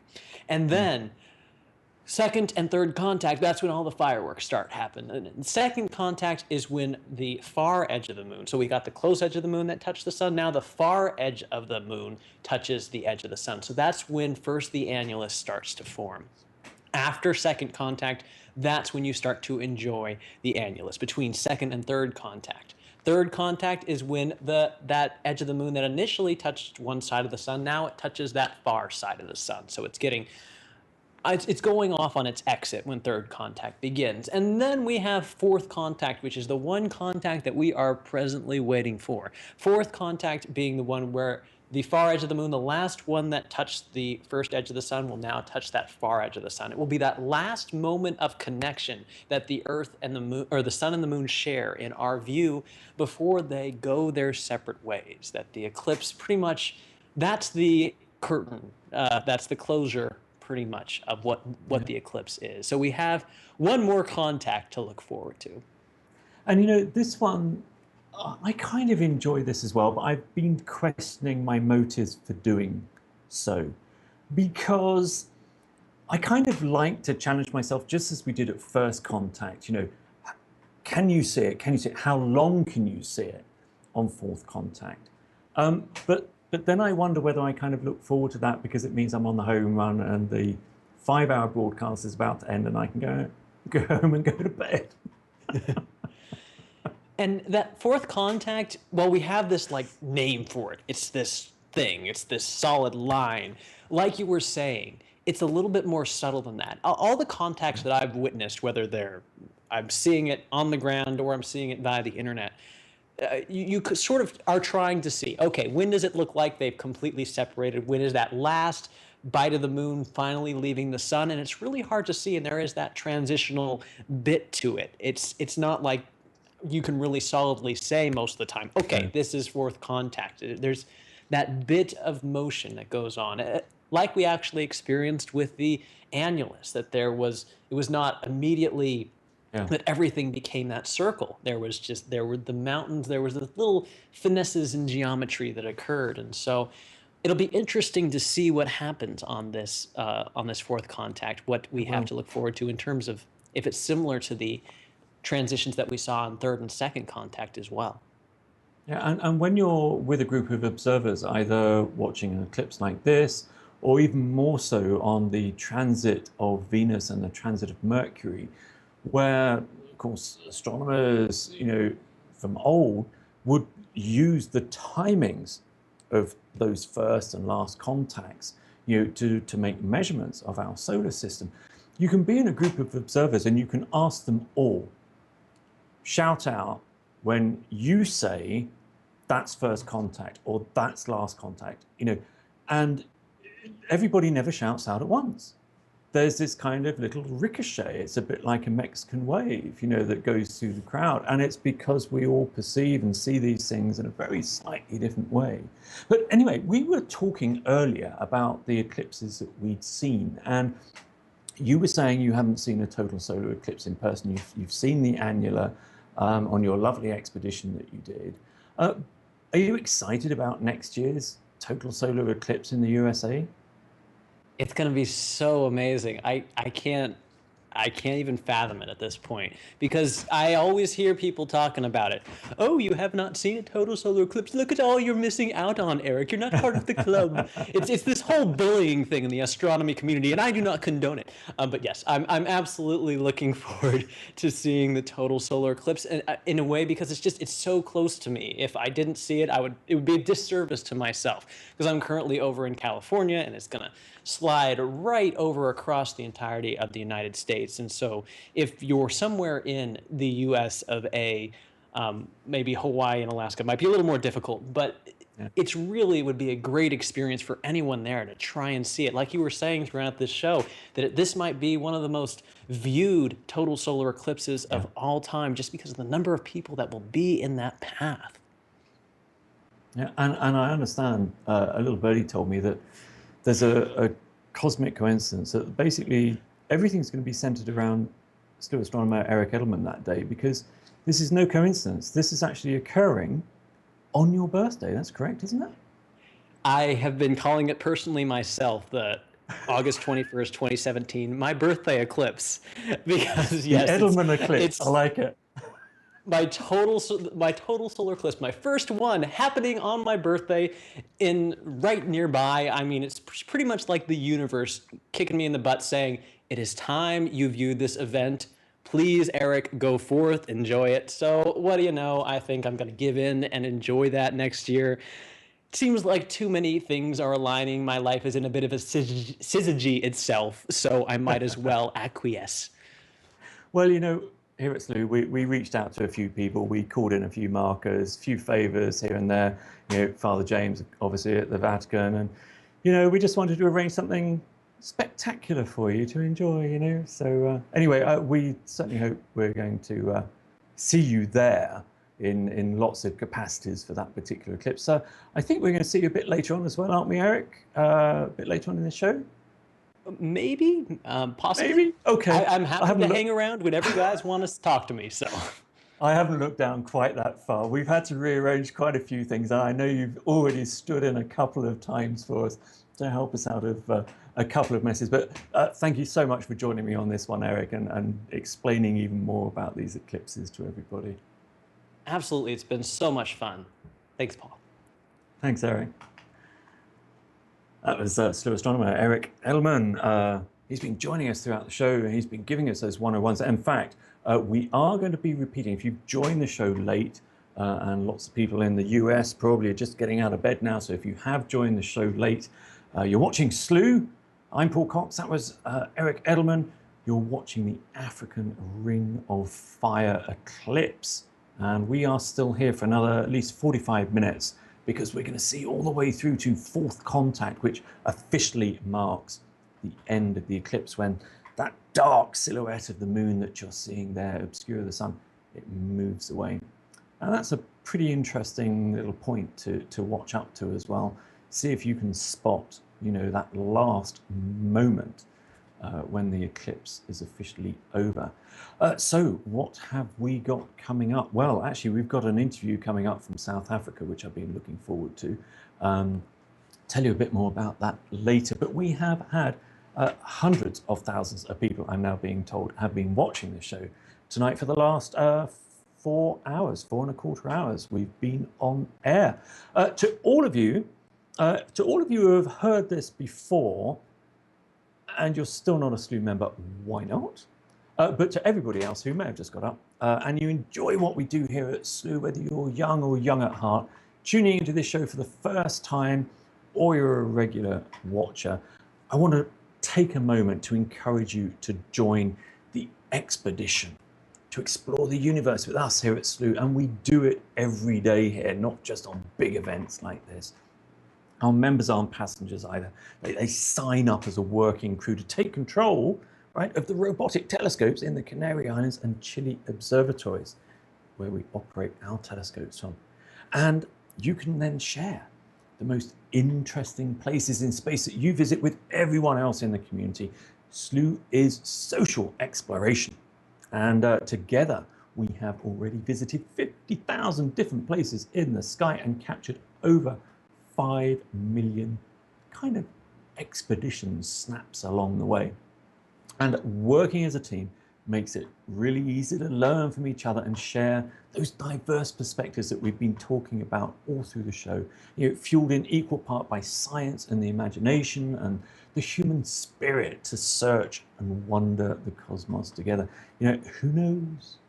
We may be alone in the universe, but as you've seen today, you will never be alone at Slooh. There are hundreds of thousands of you joining us. You're all part of that huge community out there as well, but we want you to join up. So, by the way, we have something in the, it's been a year in the making. There's a new Slooh coming. It's smarter, it's more powerful than ever. It's easier to use even. And we're really excited to show that to you when it's ready. You are welcome aboard Slooh's expedition into outer space, which is free to try. So do join our adventure into the great unknown. And you, in doing so, you'll be helping us to bring events like this to a wider public. But what we really want is all of you out there who are joining us for the first time. If you've enjoyed this, then help support us. Come and join the Slooh community, because I think you will find it's a great deal of fun. Now, we are going to go to a short commercial break, but after that, I'm going to be talking to Alan Versfeld from the Astronomical Society of South Africa, and talking about all of the events that they set up for this, their partial eclipse actually, in South Africa. So we'll be right back after this commercial break.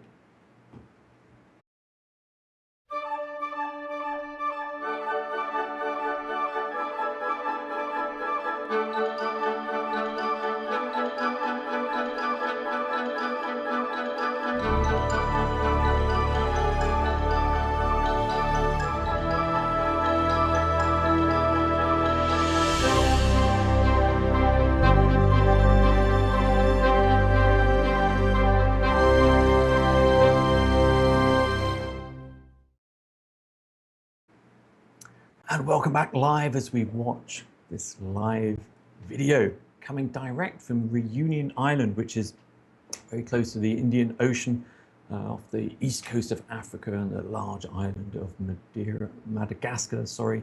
And this is coming from our partners in Japan, Weather News. They've sent a team down there to Reunion Island to provide this feed for us, and it has been an absolutely cracking feed. But now I'd like to welcome a special guest to the show, somebody who has first-hand experience just how much effort is required to lay on this type of event. I'm delighted to welcome Alan Versfeld to the show from the Astronomical Society of South Africa. Welcome to the show, Alan. Oh, it's good to be here. Now, listen, you've been working furiously, I know, over the last few weeks, trying to set up a lot of these events on the behalf of the ASSA. Really, how did it go down there? How did everybody enjoy the eclipse? Well, I got to say, it wasn't quite what we'd hoped for. Well, got some echo, yeah. No, because all our people in the Cape were completely clouded out, so that cost us half of our feeds. And then some of our guys up north, who would have had a better view, being closer to the path of, I suppose, totality. What do you call it with an annular eclipse? Annularity, anyway. yeah. Annularity, there we go. They would have been a bit closer, and they had communications problems. Because they're out in rural areas and they're relying on cellular connections, and at the end of the day, it was just me, all by myself, sitting here at home, filming it. But I think we got. I managed to get a stream completely beginning to end, so that's something.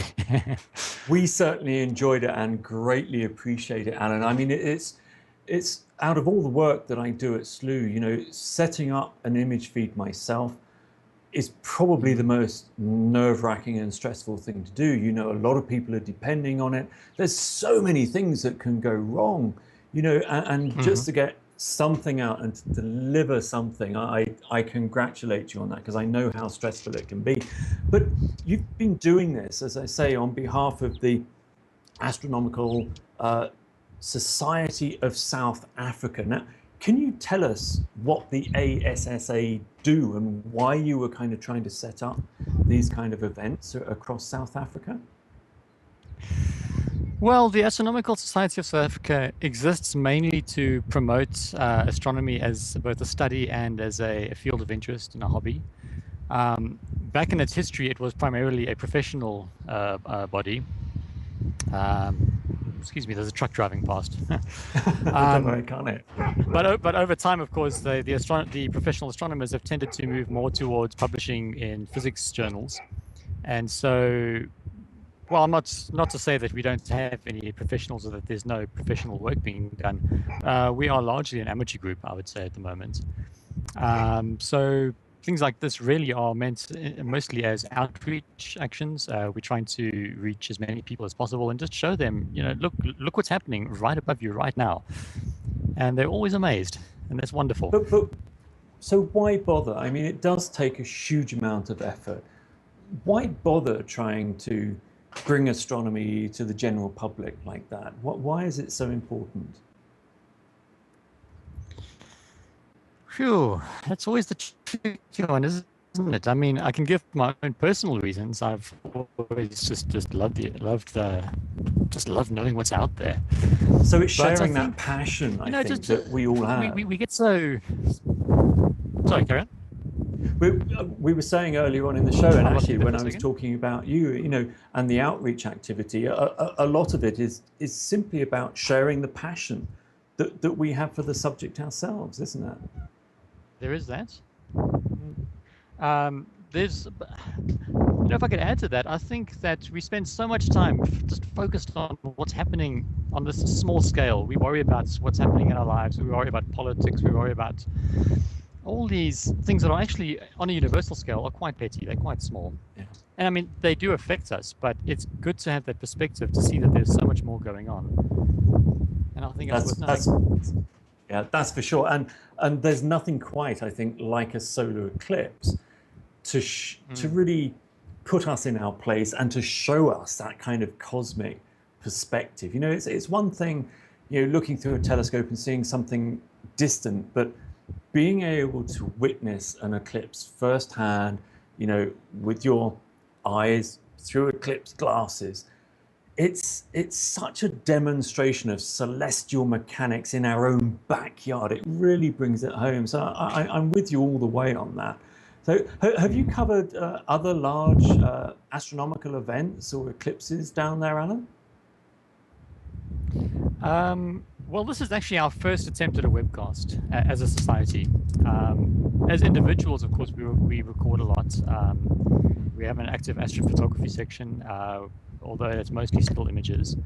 And of course, we are very active in like face-to-face outreach. So we will, at any one time, maybe not any one time, but you know, at regular intervals, we'll have our local centers across the country. We'll set up telescopes in shopping mall parking lots, for example, and just grab people as they walk past and say, "Hey, come!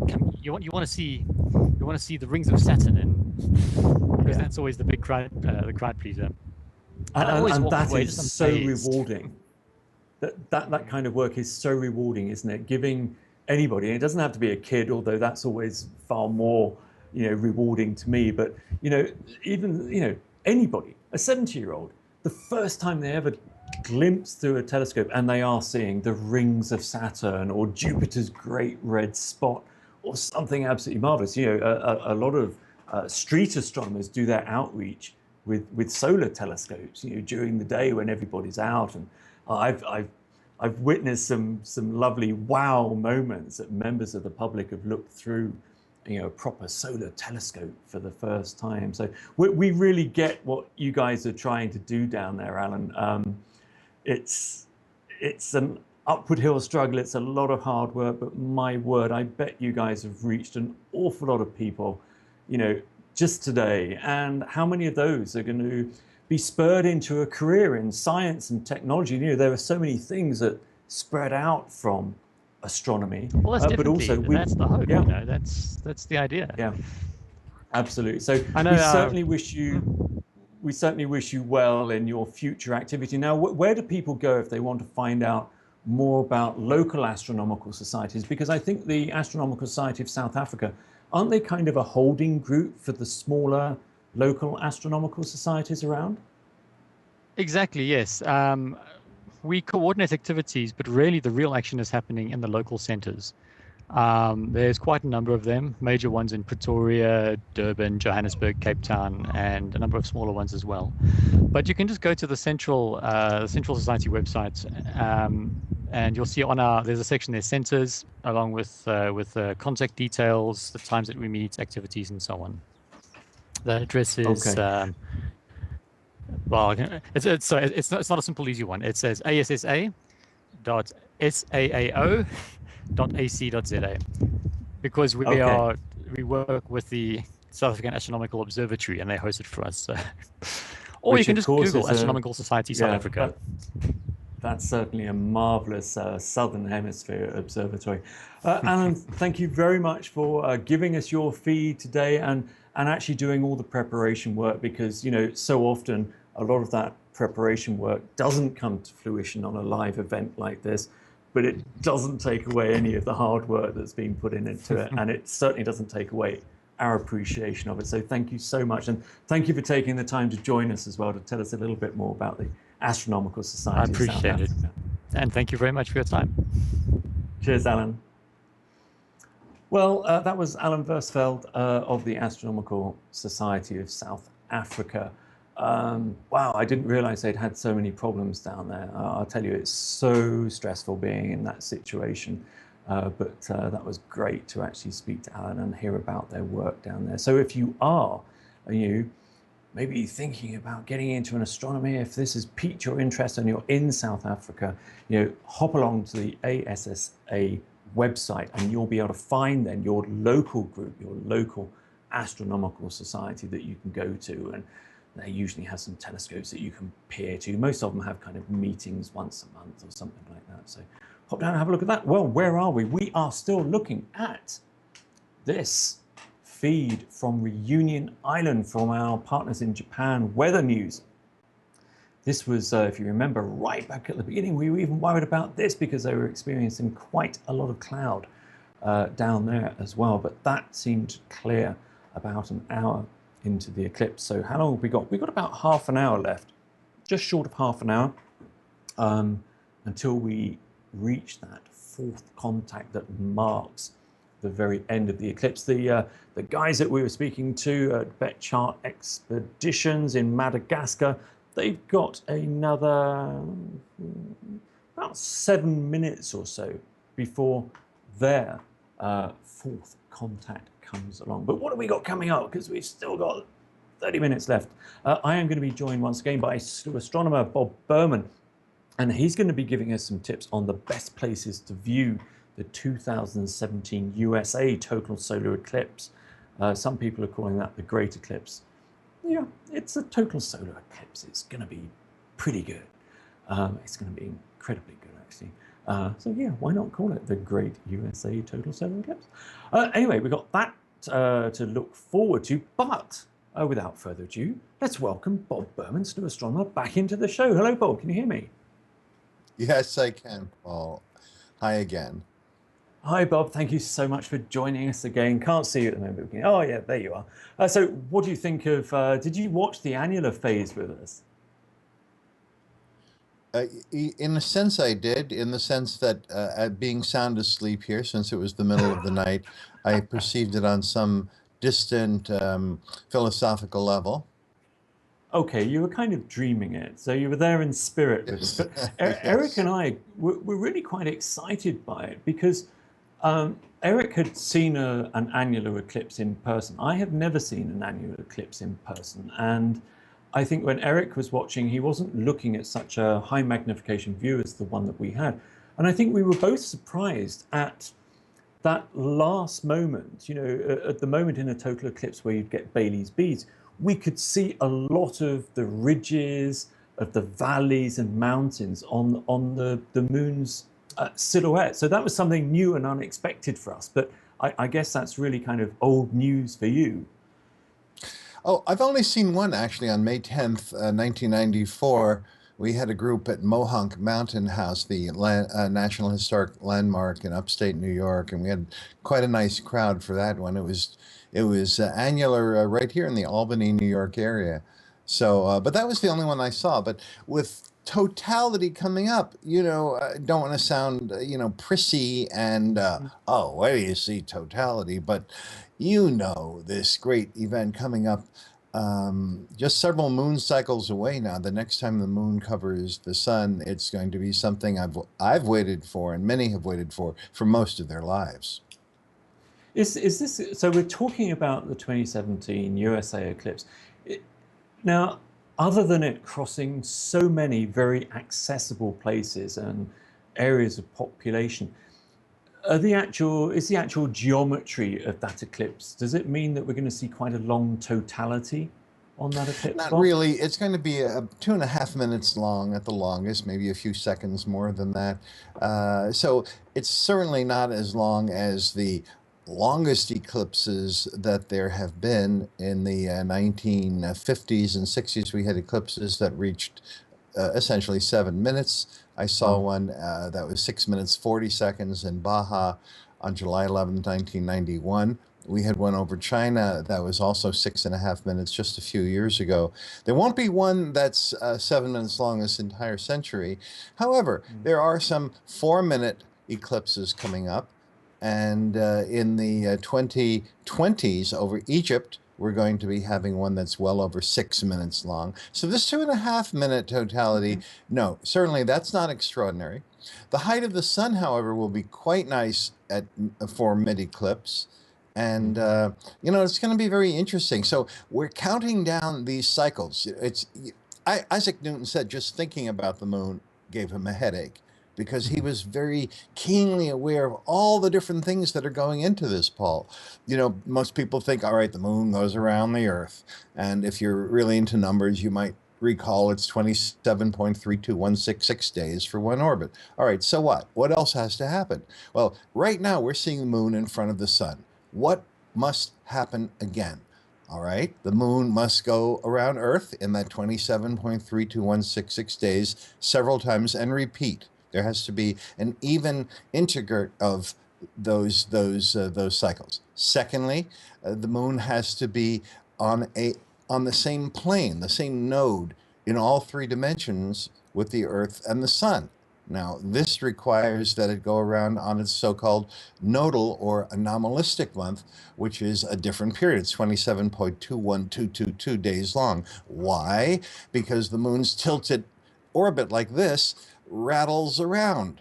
If you can't picture an orbit rattling around, well, if you've ever dropped a dinner plate on the ground, if it didn't break, it might have rattled around a little bit before it settled flat. Well, the moon does that, making one complete rattle in 18.61 years. And we only get an eclipse when the flat crossing point of the moon's orbit lines the moon and the Earth and the Sun up. Well, so that period, so we have to deal with 27.21222 days. That's still not enough. The moon also has to be in line with the Sun. It has to be new. So now it's new right now. You can see it. We're seeing the dark part of the moon. It's new. When will it next be moon? Well, now comes the cycle of 29.53 days on average. That actually varies by 3/4 of a day during the year. But on that average, it has to be new moon again. All those periods are going to come together next on August 21st. There'll be a common denominator of those in next year in 2017. Another cycle that you might think might be important, that is the moon's perigee-apogee distance, the anomalistic month, which is a bit longer. That's 27.55455 days. That we don't need. In fact, we're happy that one won't match, because next time around the moon will be near the near point of its orbit, not the far point, the way it is right now, which means the moon will appear bigger, which is why it will be a total eclipse, big enough to cover the sun instead of almost cover the sun. So that's the mechanics that's going to happen between now and next August 21st. As for the path, it'll start in the Pacific Northwest. It'll sweep over Oregon, which probably you don't want to be because it tends to be a cloudy state. Then over Idaho. Now that's much better. Eastern Idaho is a good idea. That tends to be a clear state. Then goes over Wyoming, including Jackson. People call it Jackson Hole, but the name of the town is really Jackson. In other words, just south of the Grand Tetons. Beautiful place to see it. It'll sweep over Casper, Wyoming. That's where my group will be observing the eclipse. Been trying to get the rest of the Slooh group to accompany us. We'll see. It continues east over Carbondale, Illinois, and the reason why we care about that, the southern parts of the Midwest, is because that's going to also see the next eclipse on April 8th, 2024. So two totalities are going to cross paths in Carbondale. There's people who are going to see two eclipses. You're talking about 7 years apart. Wow. Then the eclipse track will continue east, but now we get into some trouble, because now the eclipse will be afternoon instead of morning. In late August, clouds tend to form in the afternoons in the United States. And so as the eclipse track reaches the southeastern states, first over Tennessee and then over the Carolinas, now you get to a place where you could get into afternoon clouds, or you might not. So my advice would be, if you already live there, or if it's only a half-hour drive from where you live to the path of totality, well, of course, you'll want to see it from there. Keep your eye on the clouds, get ready to get in your car and move if you have to, and do it from there. But if you're going to go whole hog and going to see it in person, I certainly would pick some place between Idaho and maybe southern Illinois. And you can look at the, go online, of course, and just type in 2017 total solar eclipse, and you'll get a nice map that you can blow up and see which towns you'll be in. Good luck finding a hotel at this point. Exactly. You don't need a hotel. Pull over to the side of the shoulder of the road if you have to. Sleep in the car. Sleep in the car to see that one. Bob, that's really useful to have that information for people. I mean, it may only be 2.5 minutes, and I know there are longer, but as somebody who traveled halfway around the world to Kenya and then spent 4 days of the most uncomfortable journey of my life for 13 seconds of totality, 2.5 minutes sounds like paradise, eclipse paradise. Yes, Now, that's Bob, right. I I wanted to forgot ask you about that. about another thing because it's associated with something that's coming up in a couple of weeks' time, and that is lunar eclipses. There's always an associated lunar eclipse, isn't there, to go along with any kind of solar eclipse?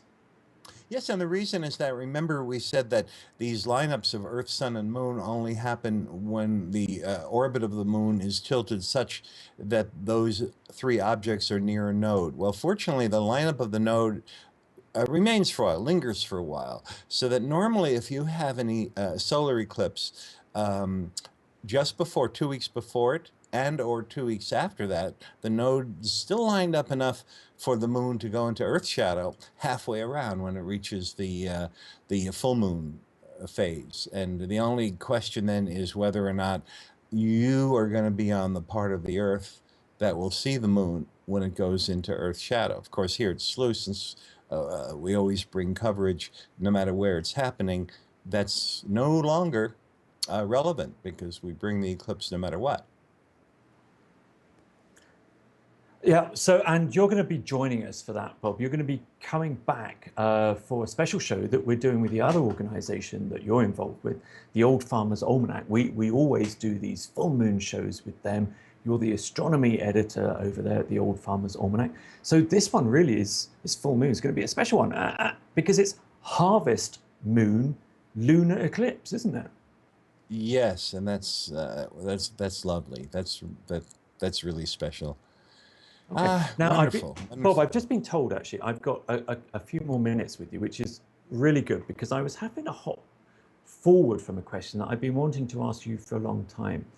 And that is, we've talked about all of these mechanics and timings and proportions of size and distance that make total solar eclipses possible for viewers on Earth.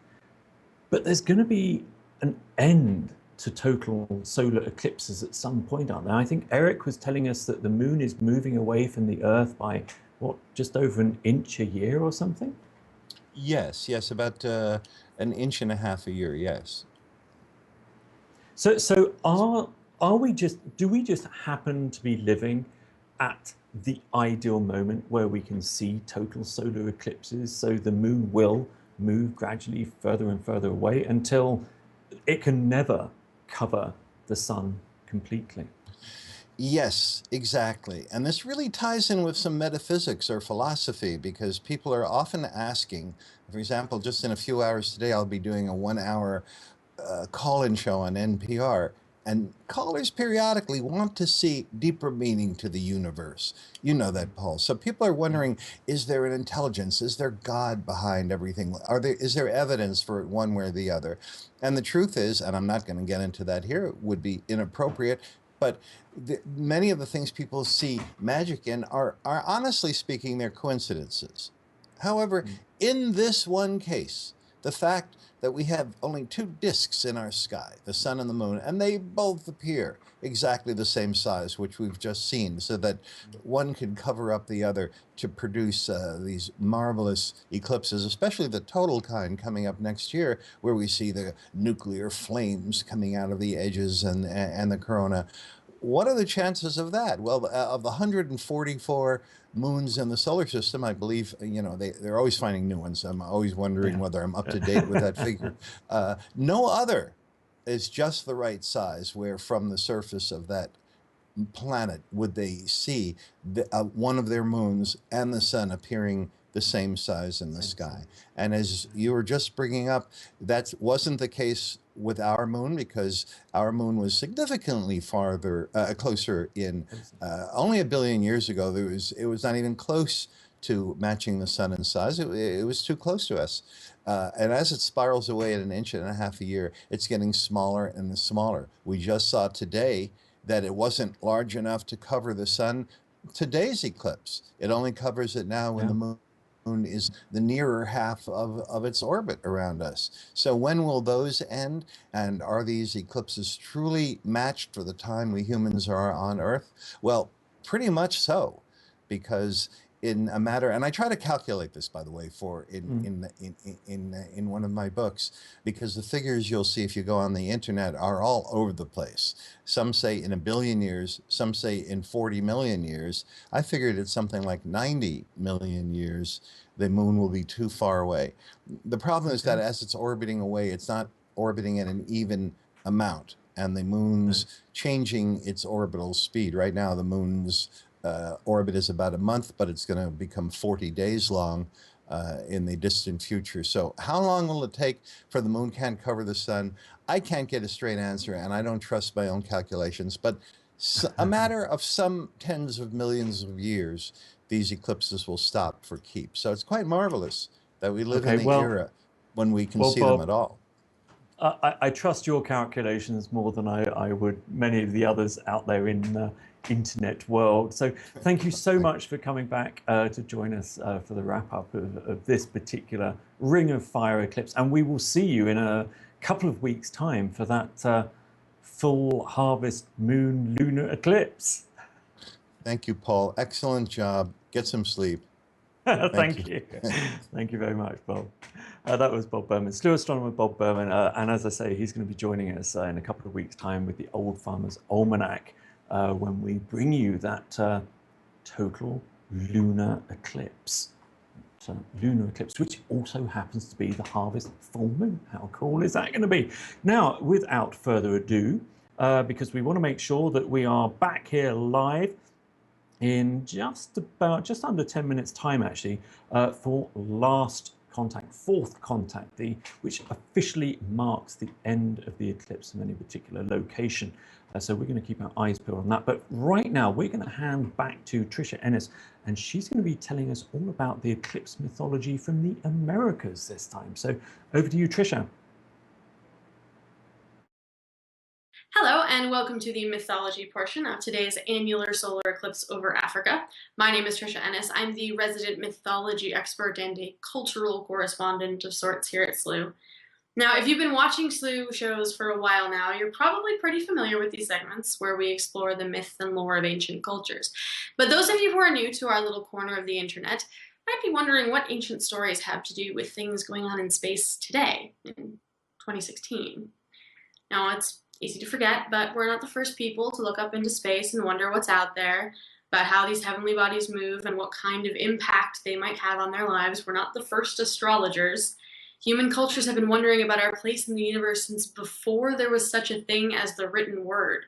And the stories these cultures have told and retold about the stars and planets have survived well into the modern era, some of them outliving even the cultures that birthed them.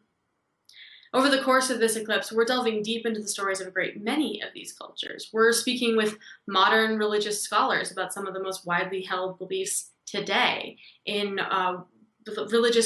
religious practices that span millions of people, things like Islam and Christianity. But what about ancient peoples, people that existed long ago, whose systems of belief have long died out, who have gone from religious belief to ancient myth? Those are my realm, and we've been going on a bit of a world tour today, traveling across the globe, hitting a bunch of nations and a number of continents. We've already met the sun-devouring dragon of China, the sky wolves of Norse myth, and now we're leaping across the pond and into the Americas. You might not consider North and South America when thinking about ancient peoples and stories, which is not too surprising. But long before the European settlers claimed this land as their own, the indigenous peoples of the area lived in a variety of rich cultures with brilliant and varied histories and narratives, many of which have had their own interpretations of solar eclipses. Take, for example, the Pomo tribe of the Northwest US, who tell the story of Bear, who gets into a fight with the sun. Now, according to the tale, Bear was walking along the Milky Way when he met up with the sun. The two argued about which of them would get out of the other's way. And that argument quickly turned into a fight, and as Bear bit the sun, it caused an eclipse. Eventually, that fight ended, as did the eclipse, and the two carried on their way, the cycle eventually repeating. The Tiwa tribe of New Mexico had their own story with another angry sun. In this tale, Sun is a father figure who has become displeased with the people of Earth and their constant fighting. In the story, he becomes upset and disappears into his underworld home, removing his light from the world. Now, the Tiwa people feared that the sun would never return and would launch into an elaborate ritual to implore the sun to return. Further south into South America, there's possibly one of the most famous ancient peoples and their always fascinating beliefs, the Maya. Now, unlike the Greeks who believed all the planets roving through the skies were gods, the Maya believed they were demons. At the time of the solar eclipse, the Maya believed the sun was being swallowed up by a serpent demon. Now, these are just a few of the stories from this region. With so many cultures and traditions, it would be hard to capture them all. We've got a limited time, so we have to move on. We'll continue exploring many of the different ways ancient cultures and modern cultures have sought to explain the frightening events happening in the sky during a solar eclipse. And in the meantime, you can tell us your favorite stories, ancient, modern, what are your experiences with an eclipse, by sending them to us on Twitter. You can tweet us with @Slooh, or you can chat to us and to other Slooh members on slooh.com in the live chat right next to this video. Hope to see you there.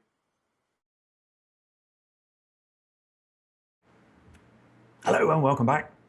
Paul Cox, you're watching Slooh. And if you've only just joined us, you've missed an awful lot. Awful isn't the right word. You've missed some brilliant stuff. But we are going to be with you for the next 10 minutes because we're waiting for fourth contact, which officially marks the end of the eclipse. Now, I've been sitting here at 7:38 here locally at Slooh's HQ in Connecticut on the east coast of America. It is now dawn here. It's daylight outside. I just opened the curtain. I'm determined not to miss fourth contact, so I shall sit like this for a short while. Anyway, we hope you've enjoyed our 5-hour-long coverage of the African Ring of Fire eclipse, and many thanks if you've made it all the way to the end with us. It kind of keeps us going, knowing that there's some people with some stamina to get through this kind of thing. Now, if you enjoy this kind of event, then come along and join the Slooh community and join our expedition around the cosmos. It's great fun controlling those telescopes, and there's always another member of the team to help you if you need it. But it is a great fun.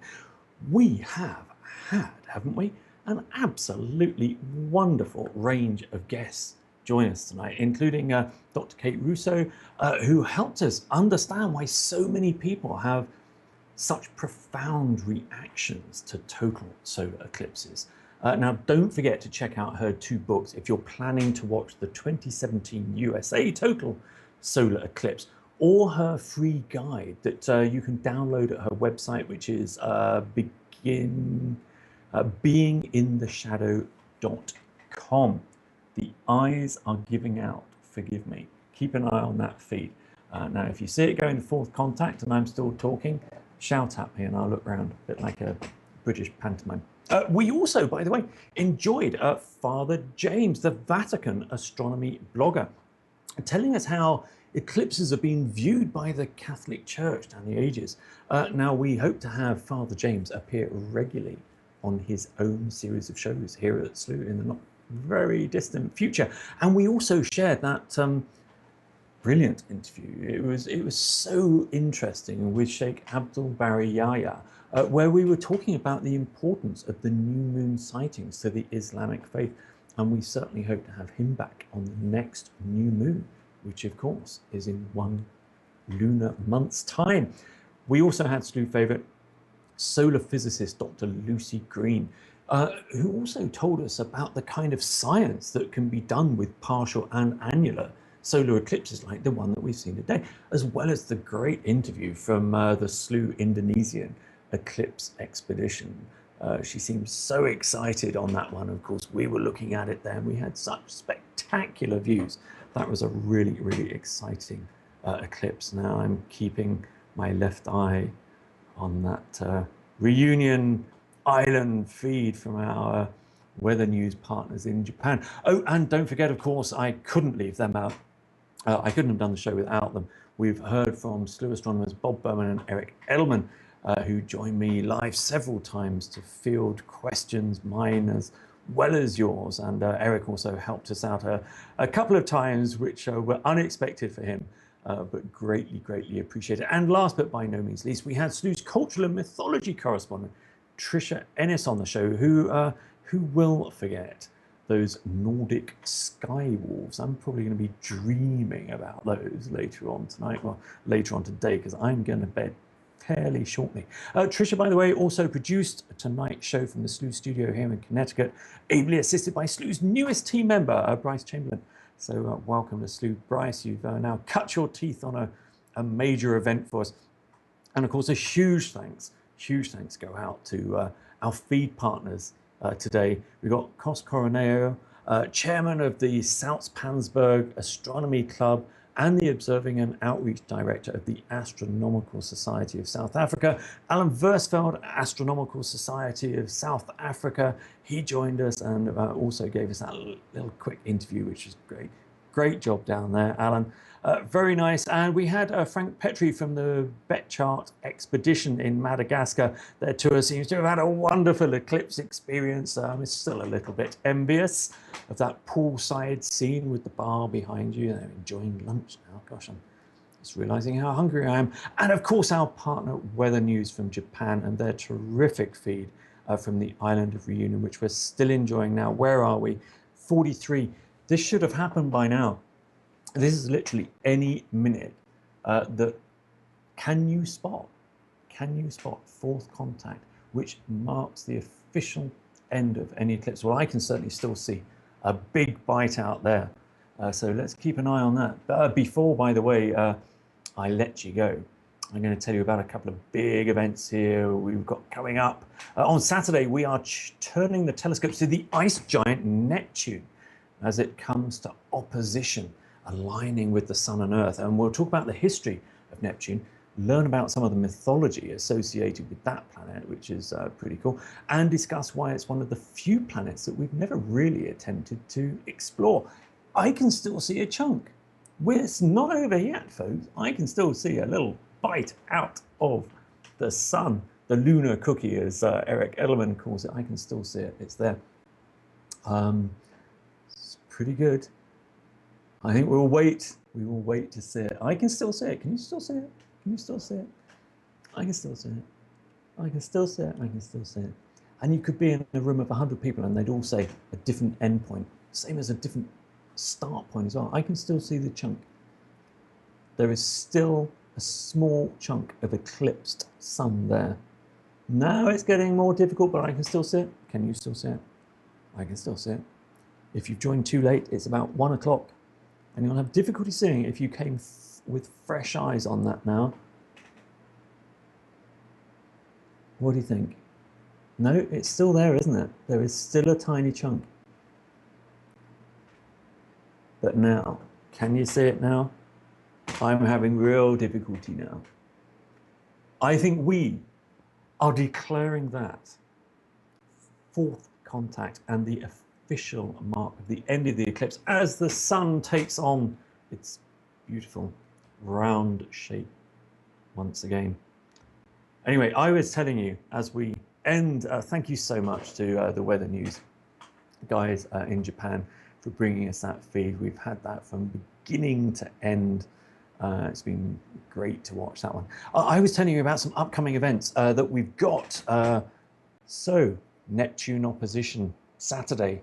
Join us for that one. It's an interesting planet, but why on earth haven't we explored it? Why haven't we sent space missions out there, spacecraft out there, smothered in cameras to tell us more about the ice giant Neptune? And later this month, we've got another eclipse for you. This time it's the Harvest Moon Eclipse. We're teaming up with our friends at the Old Farmer's Almanac for that one, bringing you all the folklore of the harvest moon and finding out what made lunar eclipses interesting throughout history. Well, I think that really does kind of wind our live coverage of the African Ring of Fire eclipse to an end. I certainly looked a lot younger in that interview I did yesterday.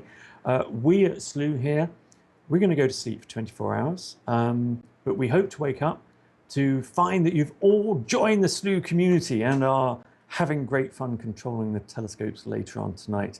We hope you enjoyed our little expedition to the African Ring of Fire eclipse today. We certainly enjoyed bringing it to you. Thank you very much for staying to the very end. There's probably 2 of you out there now, aren't there? No, sorry, 3. I miscounted. We will see you again very soon. I'm Paul Cox, and this has been Slooh. We hope you've enjoyed. Actually, you've got 2,000 of us still out there. So thank you, folks. 2,000. You are part of the Legion. Well, that's several legions, more than several legions, who have made it to the end. We've had hundreds of thousands of viewers today, but we will see you very soon, hopefully in the Slooh Clubhouse where members hang out, if not on Saturday's show. Goodbye for now.